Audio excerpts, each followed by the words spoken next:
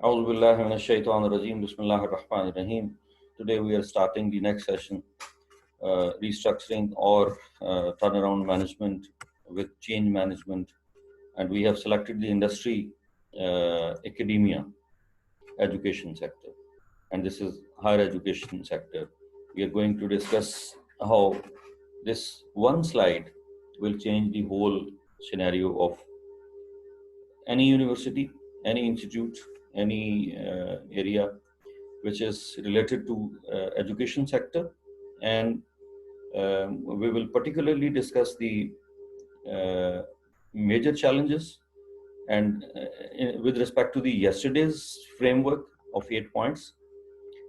We will map every point and give a solution to the industry with respect to this area. So let's start from this whole bubble in between, which is centrally located, that is called Executive Development Center, EDC in short. This phenomena is very common in academia, and especially the universities like LUMS. The best executive development center is situated or organized or operated is by LUMS, Executive Development Center. And the formation of this university or institute, Lahore University of Management Sciences, was for the sake of top-notch industry, and they need at that time they need executives, MBAs, who can govern the business sector, because in Pakistan, before inception of LUMS, there was no university dealing in or doing the best business school, running the best business school like LUMS. So this was an American model, and this was funded by USAID, and this was created by some industry leaders like Sayyid Babar Ali and all other champions, Sayyid Dawood, जो इसमें आजकल भी government में है, इनकी family इसमें शामिल थी. तो बिजनेसमैन जो थे उन्होंने अपनी इस ज़रूरत को देखते हुए इसको इस्टेब्लिश किया. So keeping this executive development center into this in this center of this slide, we will discuss the importance of this center, and we will correlate to any challenge any university is facing with respect to the admission, quality of admission, जहाँ से university start होती है जब बच्चे admission लेते हैं, and then the quality till the end of the passing out, the final semester, and if they are given any task, final year project or some assignments, um, they they they need that, and then they will establish it. And after that, the alumni management. This is the whole life cycle of a university. So if we start the first arrow, 90-degree upward, is executive training. In executive training, we know that this LUMS was executing the training for the whole industry leaders, officers, executives, managers, senior managers, up to the chairman and CEO of any corporation or of any organization. So by and large, this university was made for a purpose, and they are still executing that purpose in a very different way and in a very dynamic way. So in policy making and all the economy related issues, all the marketing related issues, they have very good active part in the uh, economy, as well as the government sector, as well as the other corporations and organizations. They are getting benefits. Even the government sector and strategic sector also execute or utilize these type of trainings, which we are conducting in this executive development center. So first is executive training, and the scenario is, your footprint is the whole industry, the whole government sector, the whole strategic government sector, the strategic organization like NASCOM, Pakistan Nuclear Regulatory Authority, Pakistan Atomic Energy Commission, और at large SPD, और इसके अलावा और बहुत सारे जो cement factory की पूरी इंडस्ट्री है, सीमेंट की इंडस्ट्री के साथ साथ स्टील की इंडस्ट्री है, स्टील की इंडस्ट्री के साथ साथ कंज्यूमर प्रोडक्ट्स हैं, फार्मास्यूटिकल है, बैंक्स हैं, रेलवे है, इन सबको बेनिफिट होना चाहिए with this type of executive development center. And then first part is executive training. So while we are restructuring the universities, so after the end of today's session, you will see that the gap analysis we conducted through this one slide will be a tremendous opportunity to change the whole university culture, the inception or concept of the university, and then the execution of these challenges which universities are facing. जो हमने 13 challenges का पाकिस्तान में जिक्र किया था on that marathon day, उन 13 challenges को कल के जो हमारे 8 points थे उनके साथ क्लब करके, बंडल करके, जब हम मुख्तलिफ इंडस्ट्रीज को मैप करते हैं तो आपको फिर ये सिनेरियो सामने नजर आता है. आज हम ये बात कर रहे हैं एकेडेमिया की या यूनिवर्सिटीज की, higher education is in particular. अभी हम स्कूल कॉलेज लेवल पे और डाउनवर्ड स्कूल लेवल पे, क्योंकि स्कूल का जो फुटप्रिंट है वो बहुत बड़ा है. That is around 500,000 plus schools, 50,000 plus colleges and 450 higher education institute, HEIs हम उनको कहते हैं, जिनको आप उर्फ आम में यूनिवर्सिटीज कहते हैं. सो यूनिवर्सिटीज का इम्पैक्ट क्या होना चाहिए और उसके अंदर चेंज कैसे आ सकती है, ये हमारा आज का टॉपिक है और हम इसको एग्जीक्यूट कर रहे हैं थ्रू एग्जीक्यूटिव डेवलपमेंट सेंटर. इसको हम चेंज भी कर सकते हैं, इसमें से किसी एक चीज को आप पकड़ के उधर से भी आप एंट्री कर सकते हैं अपनी, to break the whole ecosystem और मेक दी होल इकोसिस्टम और to change the whole ecosystem. इसमें से चूंकि मेरा ये स्पेशलाइज्ड फील्ड है, इसलिए मेरे लिए तो इसमें से किसी भी एक तरफ से आप एंट्री दे दें मुझे, तो हम इन सब चीज़ों को ब्रेक कर सकते हैं, इन सब चीज़ों को मेक कर सकते हैं, चला सकते हैं.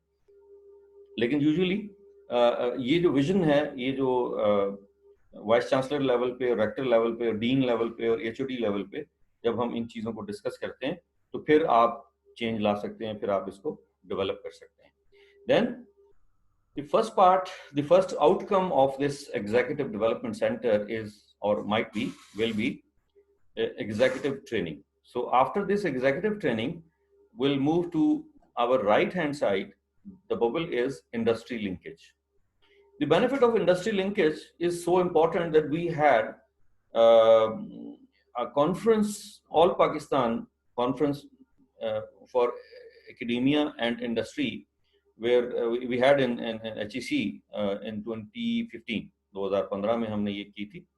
और उसमें पूरे पाकिस्तान से जो सीधा इंडस्ट्रीज हैं उनके representative, chief, chairman, president, CEOs आए थे और हमारे कोई 20 के करीब वाइस चांसलर्स थे यूनिवर्सिटीज़ के और कोई 35-40 के करीब यूनिवर्सिटीज़ थी जिनके फैकल्टी मेंबर्स थे और कुछ सीनियर क्लासों के स्टूडेंट्स थे. तो आउट ऑफ दीज टाइप्स और दीज रिप्रेजेंटेशन, टोटल हॉल में जो जगह थी, सीटें थी बैठने की, वो 320 लोगों की थी और कुछ 350 के करीब लोग वहाँ खड़े थे, 30 के करीब लोग खड़े थे. और उन दो सेगमेंट्स में जो खड़े लोग थे उसमें 2 वाइस चांसलर्स भी थे जो थोड़ा लेट आए थे अपनी कुछ मसरूफियात की वजह से. उनको फिर हमने बिठाया था स्पेशल सीटें रिक्वेस्ट करके. तो लोगों का जो जोश खरोश या लोगों की जो इंथुजियाज्म थी, दैट शोज के इस एरिया में बहुत गुंजाइश है काम करने की. सो इंडस्ट्री लिंकेज इटसेल्फ एक बहुत बड़ा एरिया है. इसमें हम 1 दिन, 2 दिन, 3 दिन, 4 दिन मुसलसल सुबह से लेकर शाम तक के कोर्स करते रहें या डिस्कशन करते रहें तो वो ख़त्म नहीं होती. और अगेन उसका जो सर्कल बनेगा या उसका जो पिवट बनेगा वो हमारे 13 चैलेंजेस हैं जो हमने डे 1 पे डिस्कस किए थे, जो पाकिस्तान के भी हैं और पूरी दुनिया के भी हैं. पॉपुलेशन एक अलग मसला है, एग्रीकल्चर एक अलग चैलेंज है, पानी एक अलग मसला है, सैलाब आते हैं या डिजास्टर्स आते हैं वो एक अलग मसला है, हेल्थ केयर रिस्ट्रक्चरिंग है, एजुकेशन की रिस्ट्रक्चरिंग है, 3.5 करोड़ बच्चा हमारा स्कूलों से बाहर बैठा है, ये एक चैलेंज है. हमारे लोग बेघर हैं, कच्ची आबादियां हैं, हेल्थ केयर के, इनकी वजह से फिर हेल्थ केयर के मसाइल शुरू होते हैं, so on so fourth. Industry linkage जो है इन सारी चीज़ों को एड्रेस करता है. कल हमने बड़ी डिटेल में डिस्कस किया था 8 मैपिंग के जो सॉल्यूशंस हैं, हमारे जो हायर एजुकेशन, सॉरी, हमारे जो टर्न अराउंड मैनेजमेंट के जो 8 असूल हैं, ये 8 डिफरेंट डिपार्टमेंट्स हैं, उन 8 को आप इन सारे एरियाज पे मर्ज करेंगे, इनके साथ मैप करेंगे, ठीक है ना। तो हम एक एक करके उनको डिस्कस कर रहे हैं। इंडस्ट्री लिंकेज में ये होता है कि इंडस्ट्री की requirement other than the placement of students, हम समझते हैं कि शायद इंडस्ट्री की जरूरत हमें सिर्फ इसलिए है कि हमारे स्टूडेंट को जॉब मिल जाए। ऐसा नहीं है। यूनिवर्सिटीज का जो रिसर्च मेथड है, या रिसर्च की जो मेथडोलॉजी है, या उसका जो चार्म है, या उसकी जो नटशेल में जरूरत है, वो बेस ही इंडस्ट्री के लिए करती है, वो बेस ही सोसाइटी के लिए करती है, वो रिसर्च बेस्ड ही गवर्नमेंट के लिए या ह्यूमैनिटी के लिए एट लार्ज। आप देखें तो यूनाइटेड नेशंस का अगर कोई ऑब्जेक्टिव है या मोटो है, वो इंसानियत की खिदमत है, इंसानियत की इस्लाह है, सब लोगों के लिए। उसमें गोरा काला, अफ्रीकी, एशियन, यूरोपियन, उसकी कोई कैद नहीं है, as per charter, as per दी रूल्स। लेकिन उसकी एग्जीक्यूशन कैसे हो रही है, आपको पता है, माइट इज राइट, जो फंड करता है वो फिर नखरे भी करता है साथ में।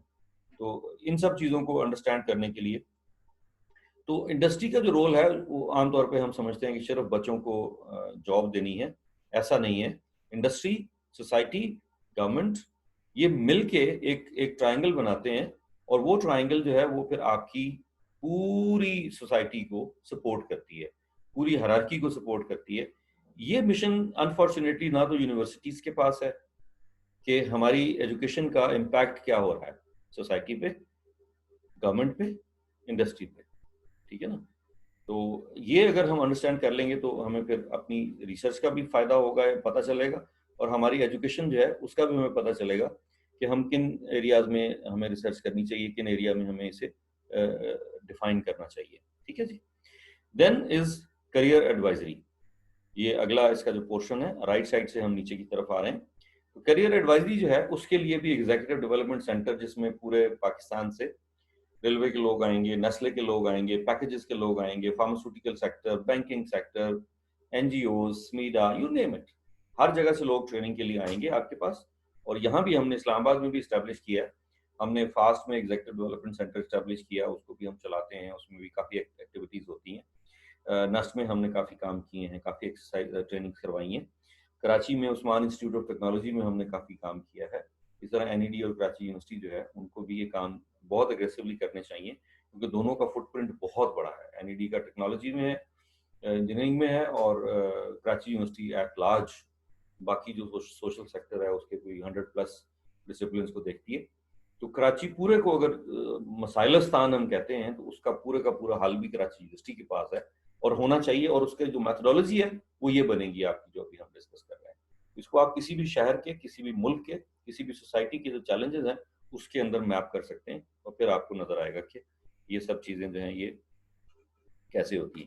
करियर एडवाइजरी में जिस तरह हमने कल भी डिस्कस किया था कि पूरी इंडस्ट्री, पूरी एकेडेमिया, पूरी गवर्नमेंट, इनको पता, गवर्नमेंट में फर्ज करें अगले 5 साल में डिजिटलाइजेशन पे काम करना है, तो गवर्नमेंट को बताना पड़ेगा यूनिवर्सिटीज को कि 5 साल के बाद हमें इतने लोग चाहिए होंगे, जो आइडियल होना चाहिए। हम तो यहाँ बातें भी एक हैरानकुन तरीके से सुबह उठ के हम ऐलान कर देते हैं, और उसकी प्लानिंग क्या होगी और उसके लॉकडाउन के मसाइल क्या होंगे, वो जब हम शुरू कर लेते हैं फिर उसके बाद हमें पता चलता है।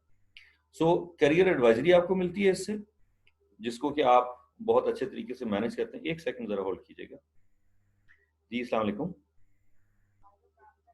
जी जी। जी जी। मैं आपको करता हूँ जी, मैं आपको करता हूँ सेशन हमारा। जी सेशन 9 बजे स्टार्ट हो जाता है, सेशन 9 बजे स्टार्ट हो जाता है। I just give you, send you, wait a minute, thank you. एक सेकंड जी, जरा एक हमारी पार्टिसिपेंट और आ रही हैं, 1 मिनट दीजिएगा प्लीज, माय अपॉलॉजीज।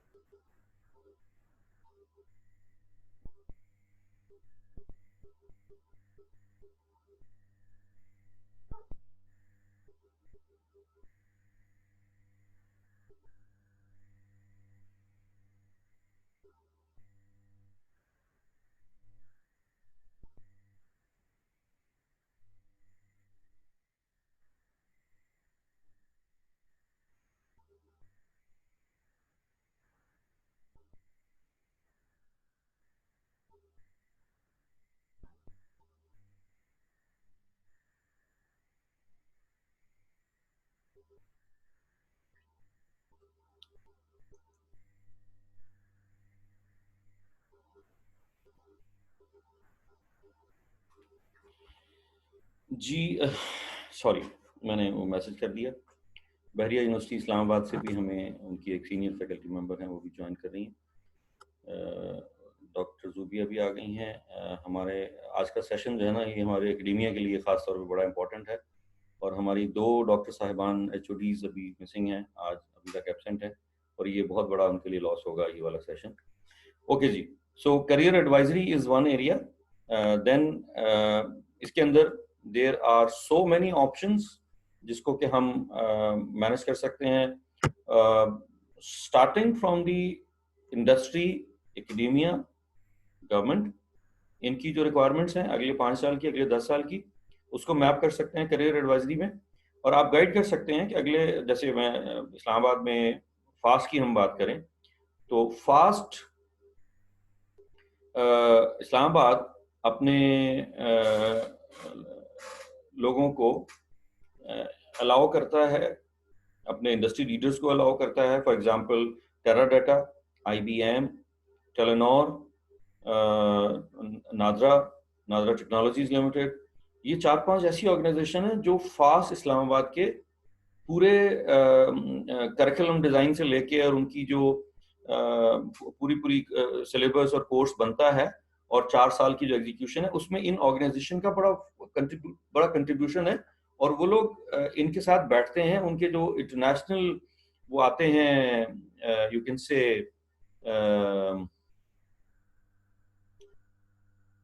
क्या आप लोगों को आवाज नहीं आ रही? सर आवाज आ रही है sir, it's all clear. Miss Sobia, आपको प्रॉब्लम हो रही है, आप अपना साउंड चेक कीजिए। हमारे बाकी सारे पार्टिसिपेंट जो हैं वो सेशन 9 बजे से सुन रहे हैं and they are getting it, सबको आवाज आ रही है। ओके, सो करियर एडवाइजरी में जो इंडस्ट्री की रिक्वायरमेंट होती है, मैं एक एग्जांपल आपको दे देता हूँ, फिर हम आगे चलते हैं। हमारे चूंकि बहुत सारे एरियाज हैं। टेलेनॉर ने आज से कोई 5-6 साल पहले पाकिस्तान में अपने इम्पैक्ट को वाजे करने के लिए उन्होंने अज्यूम कर लिया कि पाकिस्तान में जो रियल बिजनेस है ना, टेलीफोन कॉल का जो पर मिनट बिजनेस कहते हैं, वो ऑब्सोलीट हो जाएगा, खत्म हो जाएगा, जो कि हो चुका। आजकल आपने देखा कि हम ये बाकी सारे चैनल इस्तेमाल कर रहे हैं टेलीफोन की बजाय। हम व्हाट्सएप पे बात कर लेते हैं, हम 3 और चैनल हैं जिसपे घरों में सब लोग बात कर रहे होते हैं। फेसबुक का वो चैनल है, फिर उसके अलावा 2-3 और हैं।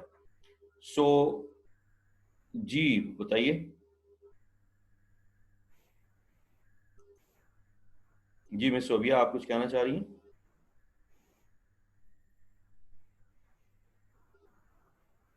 जी बोलिए।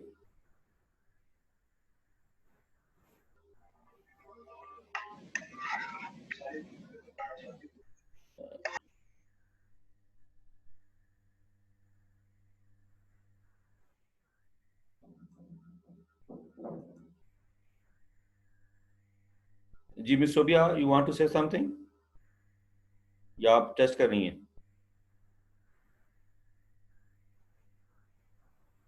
हमने पैटर्न ये रखा हुआ है कि हम 45 मिनट सेशन करते हैं, उसके बाद 15 मिनट क्वेश्चन आंसर होता है। तो अगर आपके कोई क्वेश्चंस हैं तो आप उसको नोट डाउन कर लीजिए। हम 9:45 पे क्वेश्चन आंसर लेंगे इंशाल्लाह। ओके, सो उन्होंने एज्यूम किया कि internet will be the ultimate option, और उस जमाने में अभी 3G भी नहीं आया था। तो उन्होंने अपने अपने आप को एनालाइज किया कि पाकिस्तान की मेजॉरिटी पॉपुलेशन जो है वो एग्रीकल्चर डिपार्टमेंट से रिलेटेड है या एग्रीकल्चर सेक्टर से रिलेटेड है, और they are living in far flung areas. Number 2 the health care sector, and number 3 the education sector. उन्होंने उस वक्त अस्यूम कर लिया कि ये सारा एजुकेशन सेक्टर ऑनलाइन होगा और बाकी सारी चीजें ऑनलाइन चलेंगी, तो उनको हम कैसे मैनेज करेंगे। तो इन सब चीजों को देखते हुए मिस सोबिया, आप अपने कनेक्शन को चेक कीजिए, अपने हेडफोन को चेक कीजिए, अपने स्पीकर को चेक कीजिए। बाकी सब लोग सुन रहे हैं और हमारा सेशन 9 बजे से चल रहा है। There is something wrong with your end, so you have to sort it out. हम आपकी यहाँ से कोई हेल्प नहीं कर सकेंगे बिकॉज बाकी सब लोग सुन रहे हैं। अच्छा, तो उन्होंने इन 3 एरियाज में स्टैंडर्डाइज किया। इन 3 एरियाज में उन्होंने 1.5 साल पहले एक प्रोजेक्ट शुरू करना था, हेल्थ केयर सेक्टर में भी टेली हेल्थ उन्होंने शुरू किया, और एग्रीकल्चर में उन्होंने एग्रीकल्चर काउंसलिंग और कंसल्टिंग उन्होंने शुरू की। जिम्मेदारों को और फार्मर्स को गाइड करने के लिए उन्होंने हेल्प किया। तीसरे नंबर पे उन्होंने सेटअप किया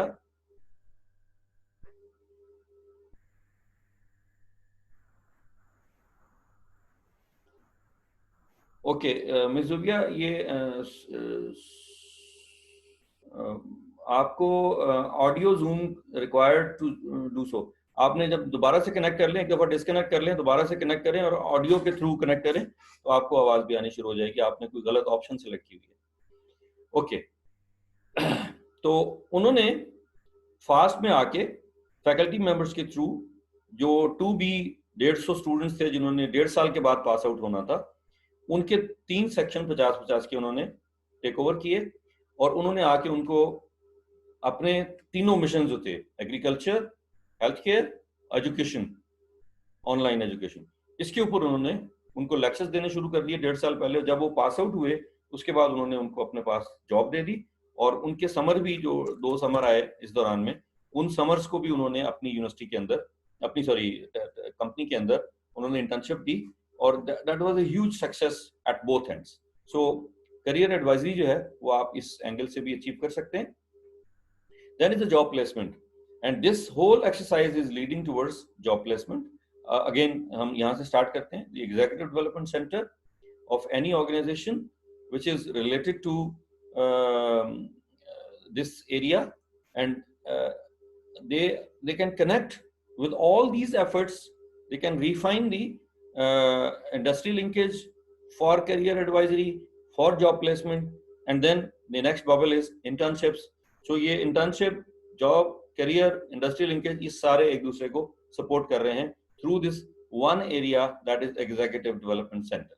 So while we are going to turn around a university, let's take the example of Beria University or Air University or FAST or NUST or whatever it is.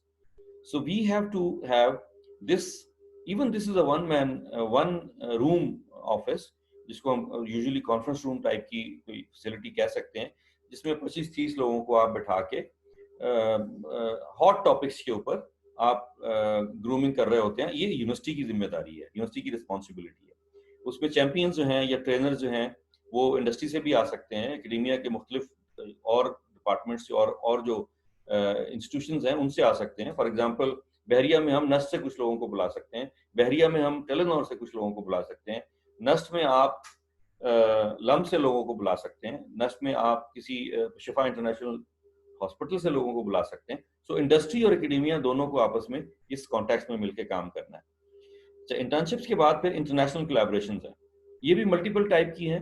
इसमें बाज़ universities जो हैं, जैसे बहरिया university जो है, वो एक सेमेस्टर अपना जो है लास्ट वाला, वो किसी दूसरे मुल्क में किसी दूसरी यूनिवर्सिटी के साथ कोलैबोरेट करती है, और उसकी ड्यूल डिग्री म्यूचुअल प्रोग्राम के तहत वो एक सेमेस्टर वहाँ जाके पढ़ते हैं बच्चे, एंड वाइस वर्सा। दस्ट में बहुत सारे बच्चे हैं जो इस स्कीम में जाते हैं इंडिविजुअल कैपेसिटी में दूसरे मुल्कों में, और फिर कुछ लोग वहाँ से भी आते हैं और आके यहाँ पे हमारे साथ ये कोलैबोरेट करते हैं। तो ये इंटरनेशनल कोलैबोरेशंस प्रोजेक्ट्स की भी हो सकती है, स्टूडेंट स्कॉलरशिप की भी हो सकती है, और बाकी बहुत सारे एरियाज में भी चलती है।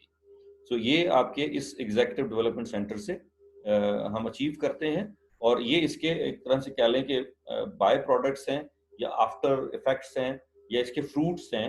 अगर आप एक एग्जीक्यूटिव डेवलपमेंट सेंटर के अगेंस्ट एक ट्रेनिंग करवाते हैं, उस ट्रेनिंग से आपके यूनिवर्सिटी को, आपके स्टूडेंट्स को, और आपकी इंडस्ट्री को, आपकी गवर्नमेंट को इसका बेनिफिट मिलता है, इंडस्ट्री को इसका बेनिफिट मिलता है। तो ये इंटरनेशनल कोलैबोरेशन होते हैं। उसके बाद एक ऑफिस है, office of innovation, office of research innovation and commercialisation, और एक इनोवेशन एंड रिसर्च जो है आपकी वो इसमें डेवलप होती है इसी एग्जीक्यूटिव सेंटर के थ्रू, एग्जीक्यूटिव डेवलपमेंट सेंटर के थ्रू। मुख्तलिफ यूनिवर्सिटियों में इसके नाम भी मुख्तलिफ रखे होते हैं। बहरिया में इसका नाम लीडरशिप डेवलपमेंट सेंटर LDC है, अभी कुछ और चेंज कर दिया हो तो मुझे नहीं पता। इस तरह और बहुत सारी जो यूनिवर्सिटीज़ हैं या उनके मुख्तलिफ नाम होते हैं, और वो इसको एग्रेसिवली तो ऑपरेट नहीं कर रहे, माजरत के साथ। I am really disappointed with this very department, the EDC portion. क्योंकि ईडीसी आपने देखा कि आज हमने जिस एंगल से, जिस ऐनक लगा के या जिस स्कोप से हम देख रहे हैं, वो इसका रोल यूनिवर्सिटियां इस तरह नहीं देखती हैं अनफॉर्चुनेटली। तो इसका पिवटल रोल है, और इसके अगेंस्ट आप पूरे पाकिस्तान की इंडस्ट्री को, सोसाइटी को और गवर्नमेंट को इसमें मैप कर सकते हैं, आप कनेक्ट कर सकते हैं, और उसमें आप फिर इसका बेनिफिट ले सकते हैं। इनोवेशन एंड रिसर्च के बाद आपका आता है टेक्नोलॉजी इंक्यूबेशन, टिक कहते हैं इसको, टेक्नोलॉजी इंक्यूबेशन सेंटर। इस सेंटर के लिए भी एचईसी ने बहुत सारी फंडिंग रखी हुई है। इस सेंटर के लिए भी, जिसको हम ऑरिक कहते हैं, ऑरिक के लिए भी जब स्टैब्लिश किए थे 38 ऑरिक्स, तो इसको हमने एक ऑरिक स्टैब्लिश करने के लिए फंडिंग दी थी, फिर उसकी ट्रेनिंग के लिए फंडिंग दी थी। उनके जो डायरेक्टर्स अपॉइंट किए थे, उनके जो मैनेजर्स थे, उनकी बुला के एचईसी में भी, लाहौर, कराची, इस्लामाबाद में, तीनों शहरों में ट्रेनिंग हुई थी। अनफॉर्चुनेट पार्ट ये है कि 38 जो ऑरिक के डायरेक्टर्स थे जिनकी ट्रेनिंग हुई थी, उनमें से कोई भी अपनी सीट पे नहीं है। कुछ की प्रमोशन हो गई, कुछ की जो है वो आप कह लें वो चले गए आगे, ट्रांसफर्स हो गई, कुछ दूसरे मुल्कों में चले गए, और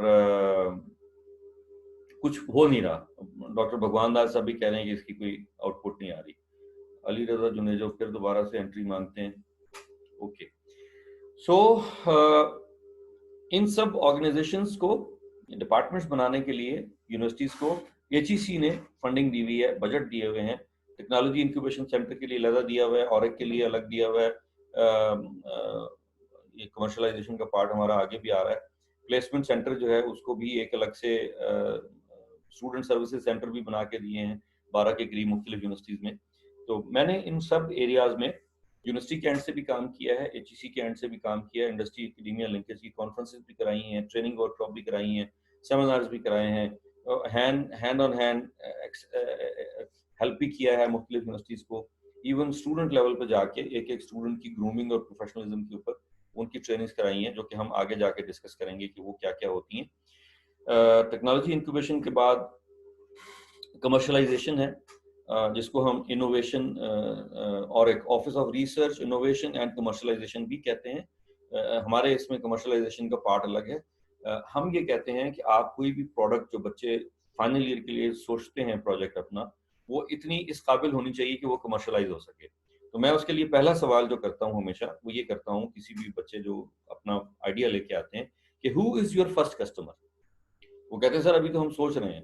तो मैंने कहा आप इसको अगर नथी कर दें या लिंक कर दें अभी से ही, ई कॉमर्स का 5 साल के बाद ये हाल होगा, या हेल्थ केयर के अंदर ये इनोवेशन आ चुकी होगी, या गवर्नमेंट को इस एरिया में डिजिटलाइज करना है तो उसको 1000 लोगों को डिजिटलाइजेशन की ट्रेनिंग देनी है, जैसे ई रोजगार की ट्रेनिंग है, और इस तरह के बहुत सारे फिनोमिना हैं, बहुत सारी और चीजें अभी आर्टिफिशियल इंटेलिजेंस के ऊपर सूबों ने अपनी अपनी ट्रेनिंग देनी शुरू कर दी है। तो आपको कमर्शलाइजेशन का भी एलिमेंट देखना पड़ेगा कि इंडस्ट्री के अंदर, चाहे हेल्थ सेफ्टी एंड एनवायरनमेंट की कमर्शलाइजेशन है, चाहे आपकी एचआर की कुछ मॉड्यूल्स आपने बनाए हैं, या एचआर के कुछ ट्रेनिंग्स आपने करवाई हैं, या एचआर की कुछ ट्रेनिंग्स आप करवाना चाहते हैं, तो आपका जो ईडीसी है, ये आपकी इस कमर्शलाइजेशन के थ्रू जब आप ये एक्टिविटी करेंगे, तो आपको फिर ये सारी चीजें भी मुफ्त में मिलेंगी साथ में बोनस में, और कमर्शलाइजेशन भी आपकी जो है इस ईडीसी के थ्रू हो सकती है, जिसमें हमने मशाक जहाज जो है पाकिस्तान का कामरा में, उसको कैसे कनेक्ट किया है एक कंपनी के साथ, ये भी हमने अचीव किया है। उसके अलावा और बहुत सारे ऐसे एलिमेंट्स हैं, एनजीओज हैं, बहुत सारे सोशल डेवलपमेंट के सेक्टर्स हैं। डॉक्टर अमजद साकिब जो हैं, उन्होंने बहुत सारी यूनिवर्सिटीज़ के थ्रू जाके अपने आप को, अपनी ऑर्गेनाइजेशन को पॉपुलर किया है और पॉपुलेट किया है, फंड रेजिंग की है। वो फंड रेजिंग कैसे करनी है, ये भी आपकी कमर्शलाइजेशन में आता है। उसके बाद डिप्लोमा कोर्सेज हैं। होता ही है कि इंडस्ट्री में जैसे लाहौर, कराची, इस्लामाबाद, फैसलाबाद में बहुत सारे लोग हैं जो बीए करके, एफए करके, भले वक्तों में क्लर्क भर्ती हुए, वो अकाउंटेंट बन गए, फिर वो चीफ अकाउंटेंट बन गए, वो एचआर में चले गए, तो तरक्की करते करते डायरेक्टर एचआर हो गए।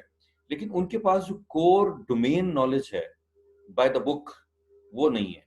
एचआर पॉलिसीज कैसे लिखनी है उनको नहीं पता, प्रोडक्शन की जो है वो उनको, हेल्थ सेफ्टी एंड एनवायरनमेंट है उनको नहीं पता। तो इन सब चीजों को मैनेज करने के लिए फिर जो ईडीसी है वो 3 महीने के, 6 महीने के, 1 साल के वो डिप्लोमा कोर्सेज लॉन्च कर देता है। जैसे प्रोजेक्ट मैनेजमेंट के कोर्सेज आ जाते हैं, इंफॉर्मेशन सिक्योरिटी के कोर्सेज आ जाते हैं, वगैरह वगैरह, एचआर के कोर्सेज आ जाते हैं, सप्लाई चेन के कोर्सेज आ जाते हैं। तो यूनिवर्सिटियां फिर एग्जीक्यूटिव डेवलपमेंट सेंटर से डिप्लोमा कोर्सेज कराती हैं, और इसके भी अगेन बेनिफिट्स जो हैं, जब एक इंडस्ट्री से 30-35 लोग आके 3 महीने हर रोज आपके पास आके शाम को 1 घंटे के लिए क्लास लेते हैं या सेशन लेते हैं या वर्कशॉप लेते हैं, अपनी जो भी आप नाम देते हैं उस कोर्स का, तो मुख्तलिफ आपके यूनिवर्सिटी के लोगों से उनका इंटरफेस होता है, तो वो 30-35 लोग एक लीथल आपके एम्बेसडर बन जाते हैं इंडस्ट्री में, और चाहे वो गवर्नमेंट सेक्टर से हो तो गवर्नमेंट में, अगर नेशनल असेंबली, सेनेट या मुख्तलिफ जो गवर्नमेंट की मिनिस्ट्रीज हैं यहाँ पे, डिफरेंट डिपार्टमेंट्स हैं, वो जब आते हैं आपके पास ये कोर्स करने के लिए, तो फिर आपके साथ उनकी एक रिलेशनशिप, एक बॉन्डिंग बन जाती है। उस बॉन्डिंग के बाद आप उनको अपने इन सारे अगेन वापस ये सारे industry linkage, career, job placement, internship, international collaboration, innovation, technology innovation, ये सारी चीजें आप इंक्यूबेशन में उनसे हेल्प ले सकते हैं। ठीक है जी, ये डिप्लोमा कोर्सेज हैं, ये भी हेल्प करते हैं। एलुमनाई नेटवर्क बहुत ही इंपॉर्टेंट एरिया है। मैं ये समझता हूँ कि किसी यूनिवर्सिटी को सबसे ज्यादा बेनिफिट अगर कोई ऑर्गेनाइजेशन दे सकती है, कोई डिपार्टमेंट दे सकता है, तो वो उसके अपने स्टूडेंट्स हैं, उसके अपने एलुमनाई हैं, जो ऑनर फील करते हैं कि ओनरशिप होती है उनके अंदर, कि वो जिस यूनिवर्सिटी से पढ़ के आए हैं उसको पे बैक करें, चाहे वो अपनी स्किल से करें, अपने नॉलेज से करें, अपने विजन से करें, अपने फंडिंग से करें। दुनिया में सबसे अच्छी, सबसे ज्यादा फंडिंग जो है एलुमनाई करते हैं, ग्लोबल बेस्ट प्रैक्टिसेस। जो बड़े बड़े चैंपियन हैं, बड़ी बड़ी ऑर्गेनाइजेशन में बैठे हैं, वो अपनी यूनिवर्सिटी को नहीं भूलते, और अगर हर साल पाकिस्तान का हर एलुमनाई 1,000 रुपया अगर डोनेट करता है अपनी यूनिवर्सिटी को, तो आप अंदाजा लगाएं कि कितने लाख स्टूडेंट, कितने पैसे, कितने करोड़ रुपए जो हैं वो अपनी यूनिवर्सिटियों को दे रहे होते हैं, जिसमें आप उसको स्कॉलरशिप पे इस्तेमाल कर सकते हैं, आप उसको मुख्तलिफ बच्चों के प्रोजेक्ट्स, फाइनल ईयर प्रोजेक्ट्स, उनकी प्लेसमेंट, कई बच्चे अफोर्ड नहीं कर सकते उनकी फीसें देने के लिए, और उनको स्टार्टअप के लिए, एंटरप्रेन्योरशिप के लिए, अपनी कंपनी का कायम करने के लिए, अपनी कंसल्टिंग कंपनी कायम करने के लिए आप उनको ये फंडिंग दे सकते हैं।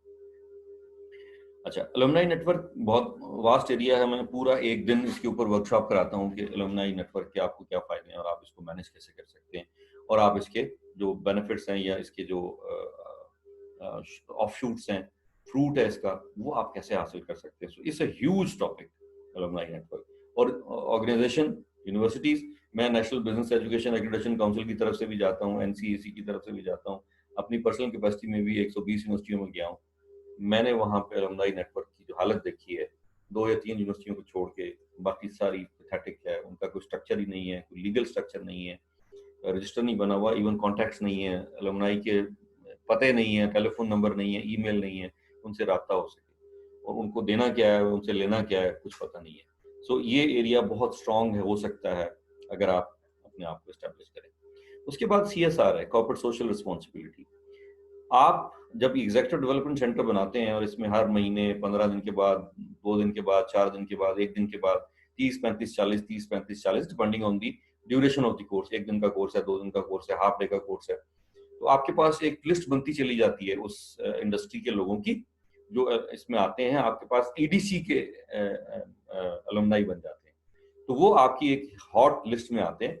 आप उनको दोबारा से अपनी लिस्ट में हर दफा उनको भेजते हैं कि जी हमारे 1 साल में ये कोर्स आ रहे हैं, ये एक नया कोर्स हमने लॉन्च किया है, ये एक नई प्रोडक्ट हमने लॉन्च की है, या एक नई इंडस्ट्री हम एस्टेब्लिश करने जा रहे हैं। जैसे कल हमने 4 नई इंडस्ट्रियों की बात की थी, हमने एग्री बिजनेस डेवलपमेंट की बात की थी, हमने टूरिज्म की बात की थी, हमने हेल्थ केयर रिस्ट्रक्चरिंग की बात की थी, हमने रेलवे की बात की थी। हम मतलब 5, 7, 8 इंडस्ट्रियां नई ऐसी हैं जो मेरे पाइपलाइन में है। मैं इंशाल्लाह उसको मुख्तलिफ यूनिवर्सिटियों में शुरू कराने का प्रोग्राम रखता हूँ, और उसमें हम ये सब चीज़ें डेवलप कर सकते हैं। तो कॉर्पोरेट सोशल रिस्पॉन्सिबिलिटी भी आपकी बहुत अच्छी इस्टेब्लिश हो सकती है through this EDC, executive development centre. उसके बाद है पब्लिक रिलेशंस। आपकी लोगों के साथ ताल्लुकात बनते हैं, आप कार्ड एक्सचेंज करते हैं, नाम पता चलता है, डेजिग्नेशन पता चलती है, फोन कर सकते हैं आप उनको, आप उनके पास जा सकते हैं, अपने कुछ लोगों की प्लेसमेंट करा सकते हैं, इंटर्नशिप करा सकते हैं। स्टार्टअप या एंटरप्रेन्योरशिप के लिए आपको मेंटर्स की जरूरत होती है, आप उनको बुला सकते हैं मेंटरिंग के लिए। यहाँ इस्लामाबाद में, कराची में, लाहौर में हमारे साथ 100 मेंटर्स काम कर रहे हैं। पाकिस्तान इंस्टीट्यूट ऑफ एंटरप्रेन्योरशिप के 100 मेंटर्स हैं जो हमारे हमारे बास्केट में हैं, हमारे लिस्ट में हैं, और वो ऑनरेबल रिस्पेक्टेबल लोग हमें सपोर्ट करते हैं इस एरिया में। तो ये भी एक ऐसा एरिया है जो हम EDC से हम हासिल करते हैं।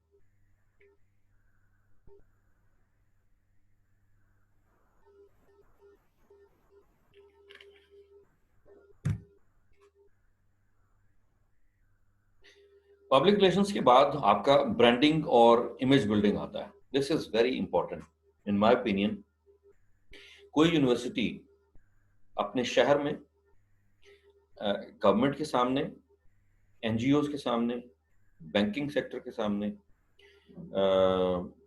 फार्मास्यूटिकल सेक्टर के सामने, स्मॉल एंड मीडियम एंटरप्राइज के सामने, बड़ी बड़ी कॉरपोरेशंस के सामने, PIA, Pakistan steel, Pakistan railway, ये हम बार बार जिक्र करते हैं तो हम इसको सिंबॉलिक जिक्र करते हैं। आप सारे हर वक्त हमारा मकसद फेल्ड इंडस्ट्री की बात करना नहीं होता, बल्कि कॉरपोरेशंस में सुई सॉदर्न गैस कंपनी है, सुई नॉर्दर्न गैस कंपनी है, वापडा की आईएसको और आईएसको, लस्को और फेस्को और हेस्को और कैस्को, के इलेक्ट्रिक है कराची में। ये सारी ऑर्गेनाइजेशन बहुत बड़ा पोर्टफोलियो रखती है in terms of revenue, in terms of HR, in terms of HR management, in terms of their projects, project management, इनकी सिक्योरिटी, इनकी physical security, health safety and environment, इनकी आईसीटी की जो सिक्योरिटी है, यानी क्लाउड की सिक्योरिटी है, या इनकी इंफॉर्मेशन सिक्योरिटी है।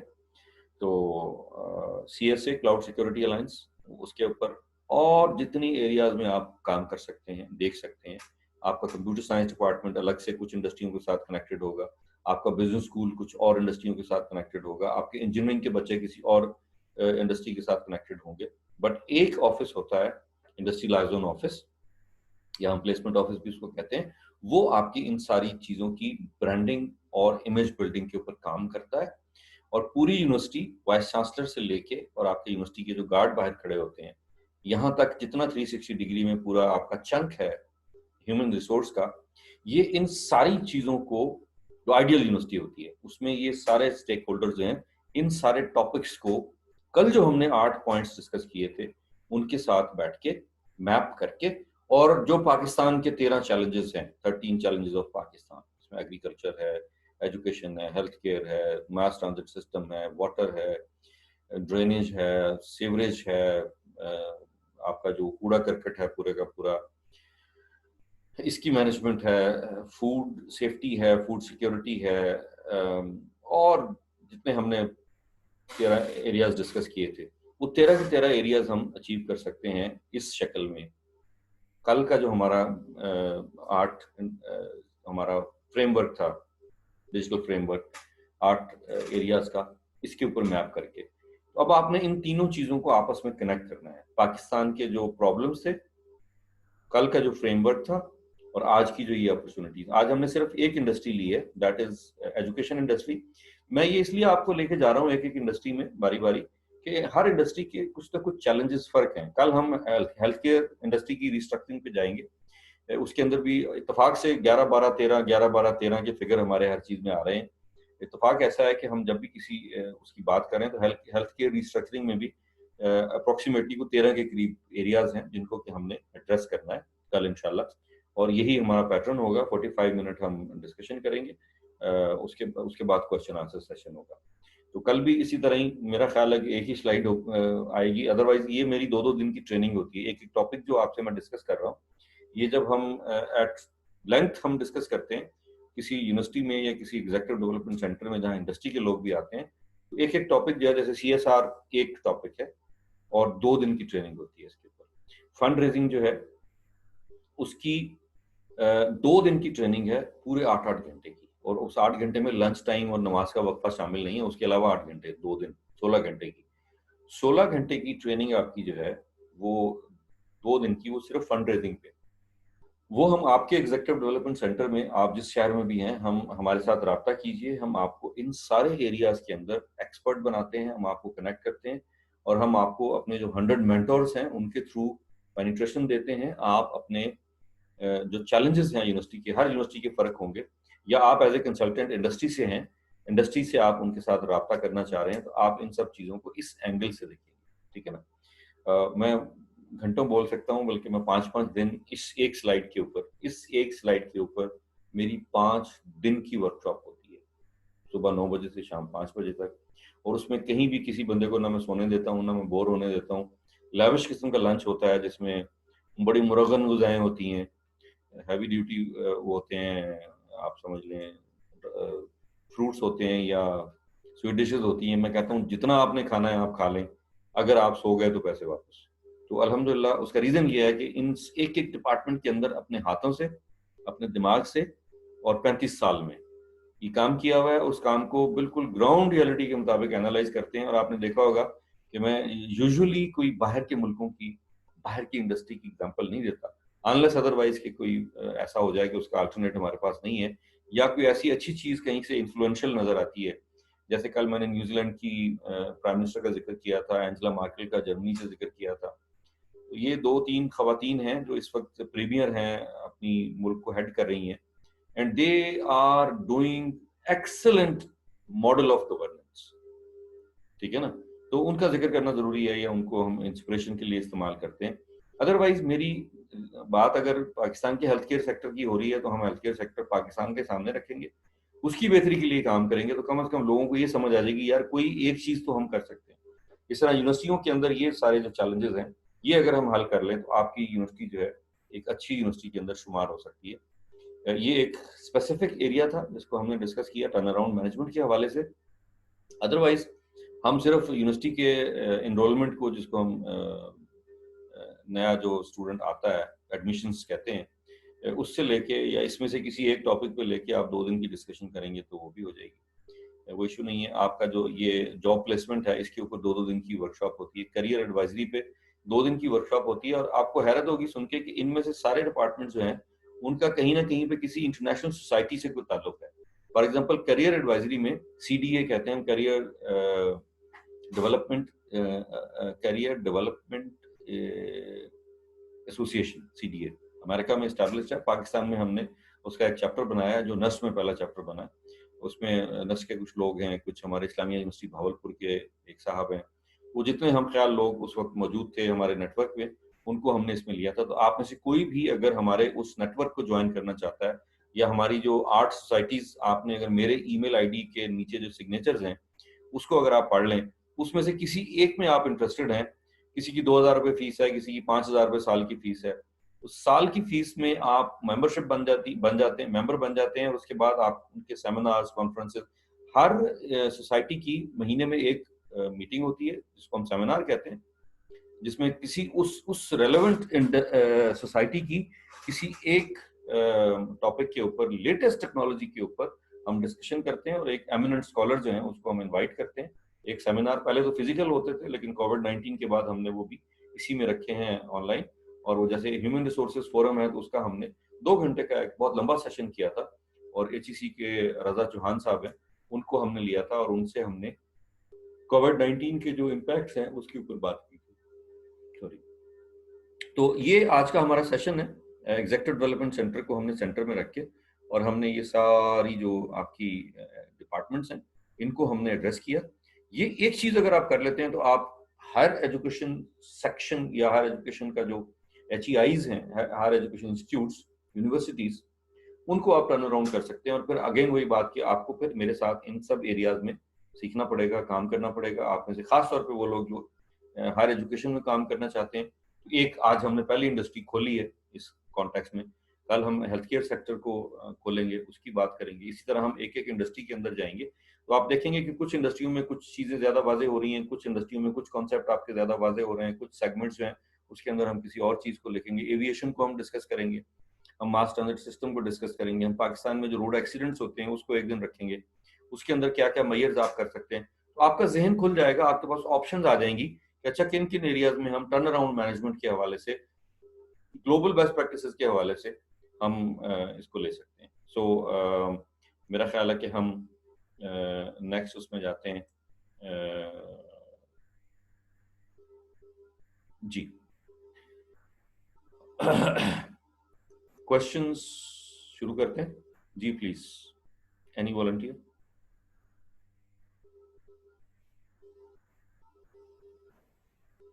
अस्सलाम वालेकुम सर। वालेकुम अस्सलाम sir, sorry for being late in joining you. वो एक अर्जेंट इमरजेंसी कॉल थी तो बस वो हैंडल करने में होगी। चलो, आपका सेशन मिस ना हुआ हो बस ये मुझे है। खैर रिकॉर्डिंग आपको मिल जाएगी, आपको कोई मसला नहीं है। ज्वाइन कर लिया था सर।